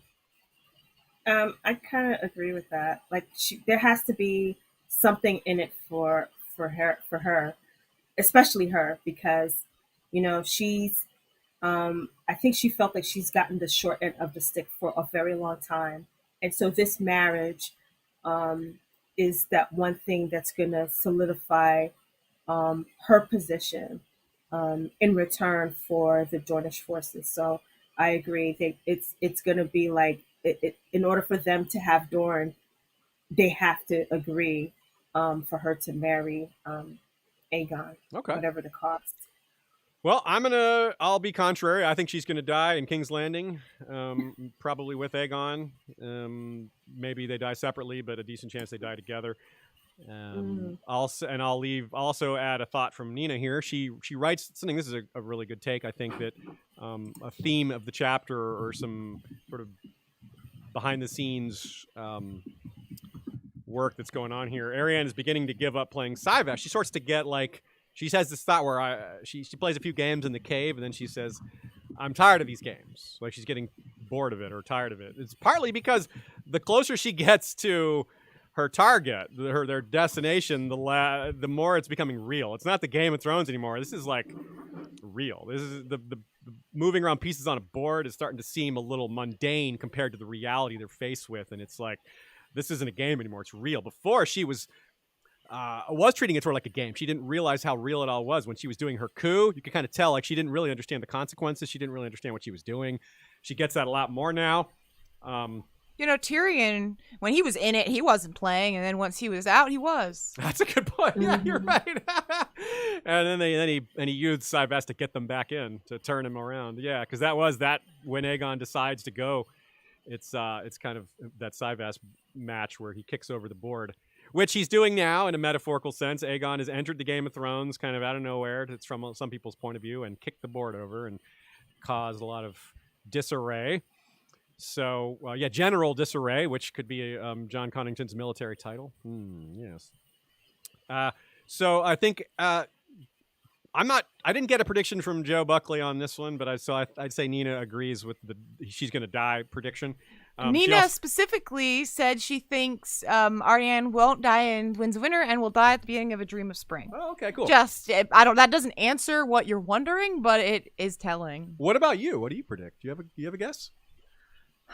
I guess you like I Arianne. do. It's hard to predict her death. I do like her a lot. I do think she'll survive the Winds of Winter, but I do think she won't make it to Dorne, I suppose, when I think about it. I mean, I don't think she's going to retreat from Storm's End to Dorne. I think that's when she would go. Like, maybe she goes from Storm's End, and then she ends up going to Dorne, and then she ends up going to King's Landing. But I don't see her going to King's Landing and then to Dorne, necessarily. Yeah. I wonder who's going to rule Dorne at the end. And if she dies, who's going to be left in charge of Dorne? Yeah, I mean, we have Trystane, but then who knows if he survives. Die, but there's the Sand Snakes to be legitimized, so presumably it could be little Elia, it could be Loreza, could be any of those. Loreza would be interesting because the big theory that I have and Joanna Lannister has is that the unnamed princess of Dorne, her name is Loreza. That's the extent of the theories I have. Yeah. Names. So I'm telling you, people leave Dorne, they don't go back. Yeah. I mean, people go to Dorne and they don't come back. In the case of Lyanna Starr, it's true. And that's it says bad things about Elia's Sand as well. Yeah, Nina writes, the chapter overall has a lot of anti-Dornish historical memories, from the Blackfires to Daeron the Young Dragon to the Watchtowers. It's almost like the story itself is trying to warn Arianne to turn back, that there's nothing good for her farther north. But, of course, she didn't notice those warnings. As we pointed out multiple times throughout this episode, the world building around her is telling a story, but she's not noticing it. We hopefully did a pretty good job of catching it. Okay, we've got a few. Let's see if we have any live questions here to take. They've built up a few here. Let's see what we got. Bittershield says, have to run and feed the kids, but love the content. 5 for each creator, if you wouldn't mind sharing the money amongst the others. Absolutely. We'll do that with all the cash here. Bran Winslow says, happy Valar Rereadis Sunday, everyone. Cheers to making Sundays better. Cartman voice. You guys are hella cool. That was like 10% of a Cartman right there. Dan Windsor says, hey, everyone, with the double H. Dan Windsor is Lord of the H. Appreciate the support, Dan. Always good to hear from you. TKOK Podcast Network sends a super chat, says, Mercy Chapter audio project was awesome. Kudos to all involved. Yes, please, if you haven't checked that out, definitely do so. It did come out awesome. We're really happy with it, and we're excited to put more of those out. Yeah, I mean, I was excited about it, and I thought it was going to be good, but I did not think it was going to be as good as it was, I have to say. It blew me away. The reason I thought of the echoing Elia and thinking about the die, the reason that came out so much was because of the audio chapter. Because I was thinking about that more. It made me think about like the sound and music and what's happening more. Because in this Mercy chapter, like Alex, our sound engineer guy, he has this great moment where Arya notices Raph and the sound of music just stops and it's like she's really in her head. And that's just one example of the way the mood is really enhanced by the music and sound. And of course we have really good actors, and Lady Gwyn is the narrator. So yeah, we've got Lady Gwyn and Yolkboy and Mercy and a lot of other voices you guys will recognize. It is just so cool. Dornish Dame says, every time I hear about Cape Wrath, I get concerned for Marya Seaworth and her kiddos. Yeah, that's Davos' wife. Yeah, we wonder what's up with them. Do you guys have any predictions? Of course, Scott, you being Davos Fingers guy, like, what do you share this worry? No.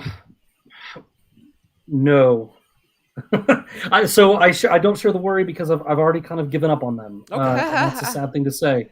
I feel like Davos is in a rough spot. Stannis is not going to come out on top, I don't think, of this thing, and so the result is not going to be good for Marya. I wrote them off years ago. We can in my heart. We can maybe hope that Castle Seaworth is just isn't important enough for them to bother with. That might be. Maybe that's our hope. There. I will cling to that. Now you've given me new hope, and now I am scared. It's just a bunch of boys and no girls there. Yeah.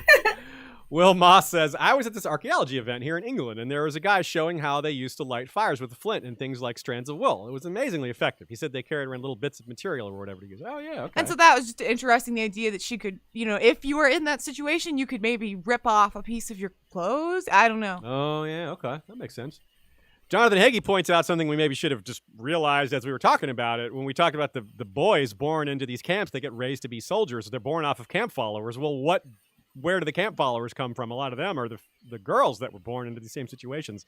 And that's pretty sad to think about. Yeah, like talk about not having options. That's the inverse Craster situation. Ugh, yeah. Oh, boy, you're right. Yeah, it's terrible, right? Like this is a horrible institution, these sellsword companies. Like, even as we're saying they're not quite as bad as they seem in some of the ways they're said, they're worse in other ways that aren't spoken of. like when Knights of the Seven Kingdoms denigrate sellswords, they don't talk about this. They're not like, yes, it's a very bad for the children. Like, that's not what they talk about. They're like, they're dishonorable. Like, yeah, okay. Max L says, I feel like the setup is for Dany to run over young Griff pretty quick, but get mired down fighting the Martells and Dorne, and that could allow lots of other things to happen in the meantime. He says that's at least the foreshadowing the backstory encourages. Yes, that Dorne is, you get mired in Dorne. That's a pretty good take. Is anyone, Manaro, do you have anything to say about that? It's kind of an interesting idea. That could be a possibility, but we don't really hear too much about how they would go about, we hear that they have troops, right? Yeah. But we don't really know what the troop capabilities are, because when was the last time they were actually in true conflict, like other than outside of their own terrain, right? Yeah. Because most of the wars that they fought was within their own terrain. They're having to come outside of that, right? And so if you're used to fighting in dry heat and on rocks, coming to fight in mud and grass is a different animal, right? Yeah. And so unless Dany goes to Dorne and suffers a Rhaenyra type deal, I don't know. Yeah. Julie A says, I would love to ask the panel if they think Arianne going to Storm's End to talk with Jon Connington is a good idea. I'm torn on that. I mean, it's hard for me to. I think she's going to end up dying because of it, but I'm not sure if you can say it's a direct result of going to Storm's End. So I don't know. I think she kind of has to, but I don't know if I think it's not going to work out, but I think she's not wrong that she needs to be brave about it and to really find out what's happening. Scott, what do you think? As long as they social distance, they should be fine. Yeah, and they need to social distance from Jon Con. You're totally right. Yeah. It's absolutely a bad idea. She still has to do it. Okay. They need to know whether they should act or not, and to know that, I feel like they need to get a little bit more information. And so it's not good, but this is the game. Like, you have to play it. And so it's a terrible idea to go, but she still has to. Maybe it's not quite no chance, no choice, but it's little chance, little choice. Yeah, I still wonder if there's not somewhere that she has to get in there. I get everyone's point, to be clear. But I would, the arguments they make to her about being safest in the walls I feel like there are plenty of places in the area that will not be a target that she could hide out at. You know, I can't help but think it when I read their arguments for her. I'm like, I don't know that this is necessarily the safest. Well, she's a valuable hostage. Yeah. That's true. She'd make a very valuable But hostage. I mean, if she's just at, you know, so if she's just camping out somewhere that no one would go, then plenty safe, way safer.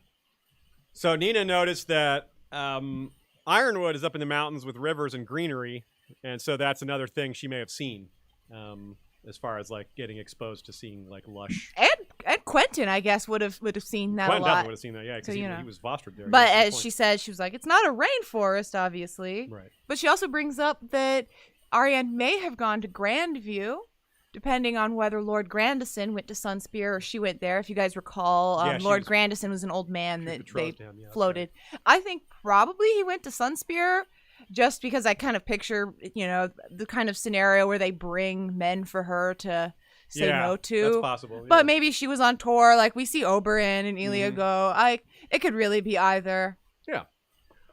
Shout out to Adam Whitehead, aka Wurthead. He is named in this chapter. There is a Sir Adam Whitehead, and that is a reference to Adam Whitehead, longtime member of the fandom. He is the runner of the Atlas of Ice and Fire blog, the Wirt Zone. It's called Wurthead Whitehead. Yeah, that's him. So he's a great guy. His website is awesome. We're a patron of. We've been on a panel with him, even. We've been on panels with him, yeah, in overseas. Yeah, he's a Brit. So great guy, worth checking out his work. He's responsible for a lot of map work you've seen around the fandom that you may not have realized was his effort. So definitely go check him out. He also does reviews on a lot of other TV shows and books. Very prolific reviewer. That's what he does in the world too. What's that? That's what the character does in World, too. He reviews things. Eric Forg asks, what will happen to Ronet's family? So, yeah, because John Connington says, well, nothing's going to happen to Ronet's kids unless Ronet proves an utter fool. Well, is attacking them proving an utter fool? Because that's what he's trying to do. So, John Connington might execute his own kin, which... I mean, he's definitely capable. We talked about how he's willing to go farther because last time he didn't go far enough. So it was pretty dark, but I kind of hard to argue against it. Do you guys see that playing out any differently? Manaro, do you think Ronet's family is just going to get executed? I wasn't really thinking about it that way, but he could very well. I mean, at this point, he really doesn't have anything to lose because he thinks he's dying anyway. Yeah, that's true. He knows it. You know. So, like, as long as Aegon is on the Iron Throne and he's fulfilled that mission, I don't think he really much cares. Yeah. What does he have to gain there? Why does he need to take the seat from the Conningtons long term? That's true. Well, yeah, that's true. I wonder. Yeah, but he made this promise. He's like, well, I can't have people like flaunting my demands when I'm holding on. Like, I can't just give in. Like, you've got hostages. You said you're going to kill them. If they do that, you got to follow through. Like, that's a recurring. You can't theme. make no empty threats. I feel like what happens there is going to be more about Jon than it is about Ronet. Yeah, you're right. It's more about showing Jon's changes and de-evolution than it is about anything Ronet's doing. Yep. It always stands to or it needs mentioning because it keeps coming up. How much this is set up for Dany scapegoating. Lines like this, Quentin would be king or he would not. I pray Daenerys treats him more gently than she did her own brother. First of all, she's accusing Daenerys explicitly there or indirectly of killing Viserys, which we know is not how it went at all. But it's set up for that. Like blaming Daenerys for calling Daenerys a kinslayer. Theon's chapter also mentions Viserys and how he was killed. So Viserys' name is popping up all over in these early sample chapters, which is it's been a while since Viserys was a topic, but it's notable that he has one here. So Arianne's thoughts are an example, or a bellwether of how other people will view Daenerys. And we've talked enough about this, but this is another example of it right here. John Hagee says there's Thermopylae vibes from 300 Men in the Bone Wag with the Sand Snakes. Yeah, that's kind of true, right? It's a mountain pass, And yes, the movie 300 and is not very historically accurate, but it gives you the gist of what happened. There's 300 Spartans and about 1,000 allies, mostly thespians. Yes, thespians, as in people from the city of Thespi, not, drama kids or whatever. And that's basically it. They did fight this heroic last stand, and all died. But Oberyn also brought 300 men with him to King's Landing, so it's kind of like, I don't know if that's the standard number. It's also the same number of Raven's Teeth. I don't know. George just likes using 300, maybe because of Thermopylae. So, yeah, that might be the reference. But now here's a funny line. The last line of the entire chapter is, I sail to beard the dragon in its den, which I think is a humorous thing to say about a dragon too young to grow a beard. Scott, you have some notes on this? Well, I think it's a very weird line to end on, unless my research was bad. Bearding the dragon it's a phrase that basically means you're gonna go challenge someone. You're gonna defy them boldly to their face, something they want, and kind of throw it back at them. It's got a lot of history in our world, but I don't know if that's the mindset Arianne has. That's not a good place for her to be in. I mean, I think she should be going there looking for alliance and feeling this out, not for challenging and defying. Yeah. But Manaro, what about you? It's just a weird way to end it. Yeah, it's a peculiar line for sure. Like, what? I think it goes to show how she views herself in comparison to Aegon, how she views what his value and worth is as compared to what her value and worth is, right? Because she is everything is viewed in that respect, right?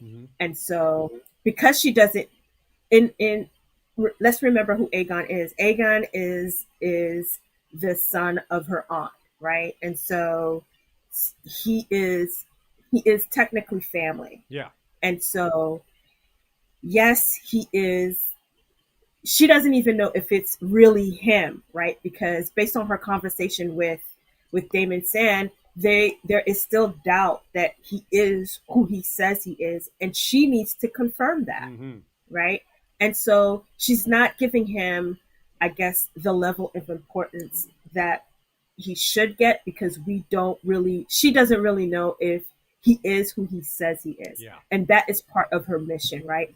To confirm that this is truly Elia's son, Aegon Return. Yeah. It's true. We went 3.5 hours talking about Aegon and didn't even bring up whether it's really him. Yeah, it's amazing.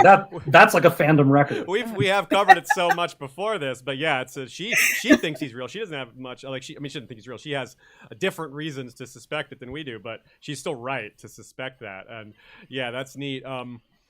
Max L points out Martin also uses the term beard when Doran says, Barristan will beard Darkstar in his den. And I grabbed the quote. We also had a similar line from Victarion dating back to, he referred to Dagon Greyjoy doing that. So, yeah, that's pretty cool. That line keeps coming up. It's also kind of an indication that Arianne doesn't see what we see coming, which is the possibility of them falling in love or having an attraction. Arianne, that hasn't crossed her mind. She's like, maybe I'll be attracted to him. Like, why would that cross her mind automatically? But good chance. I just wanted to kind of share the line from Victarion you mentioned, because I looked it up. He's talking about Lord Dagon, and he says he bearded the lion in his den and tied the dire wolf's tail in knots. But even Dagon could not defeat the dragons. Oh, yeah. Happens to bring up the dragons. Beat the dragons. Sounds like a Euron prediction. He's trying to not beat him, but join him. But I don't think that'll work either. But maybe it will for a time. Okay, folks, that was a particularly long episode. One of the longest we've done in a while. But hey, this chapter just had a lot to say. We had lots of different takes. Great takes from our guests.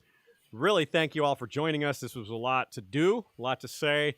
Manaro, let's remind everyone again where to find you, and if you have anything you want to say about what's coming up next for you, if you know what that is, or maybe you haven't decided what you're doing next, but let us know either way. Again, you can find me on YouTube at ManaroGeekTV, and I do have a Twitter, but I'm like a Twitter like ninja. I just show up to I'm not very interactive on Twitter because I'm not really good at interacting on Twitter, so I don't really do it too often. So, but I am on Twitter. I do have a that, Twitter. yeah. It's Manaro Unlimited. On my I will be coming back to my channel in June, where I'll be doing some anime and doing some Disney Plus and Netflix shows that I've been talking about. And yes, I have to talk about Expanse. So if you're interested in any of that kind of stuff, please feel free to subscribe so that you can be notified whenever I am going to be uploading a video next. Yeah, definitely do that, folks. Yeah, you heard her takes. She had a lot of great takes, and you're going to want to get more of that. Scott, please tell us what's next for you all in Davos Fingers, and remind everybody where to find you. Of course, I want to ask: is it Davos Fingers or Davos's Fingers? Are you so used to people saying Davos Fingers that you're okay with it? But it always has the apostrophe, so I've always thought it's Davos's Fingers, Davos's but fingers, it's not. isn't it? It doesn't feel natural for me to say that. Yeah, Davos Fingers. The possessive S is a challenge in the English language, I'd say. Blame us for having a terrible name. But a great logo. The origin story of that name is origin story to that is interesting, but yes, Davos's Fingers, but everyone says Davos Fingers. That's fine. And I've said the name a lot now.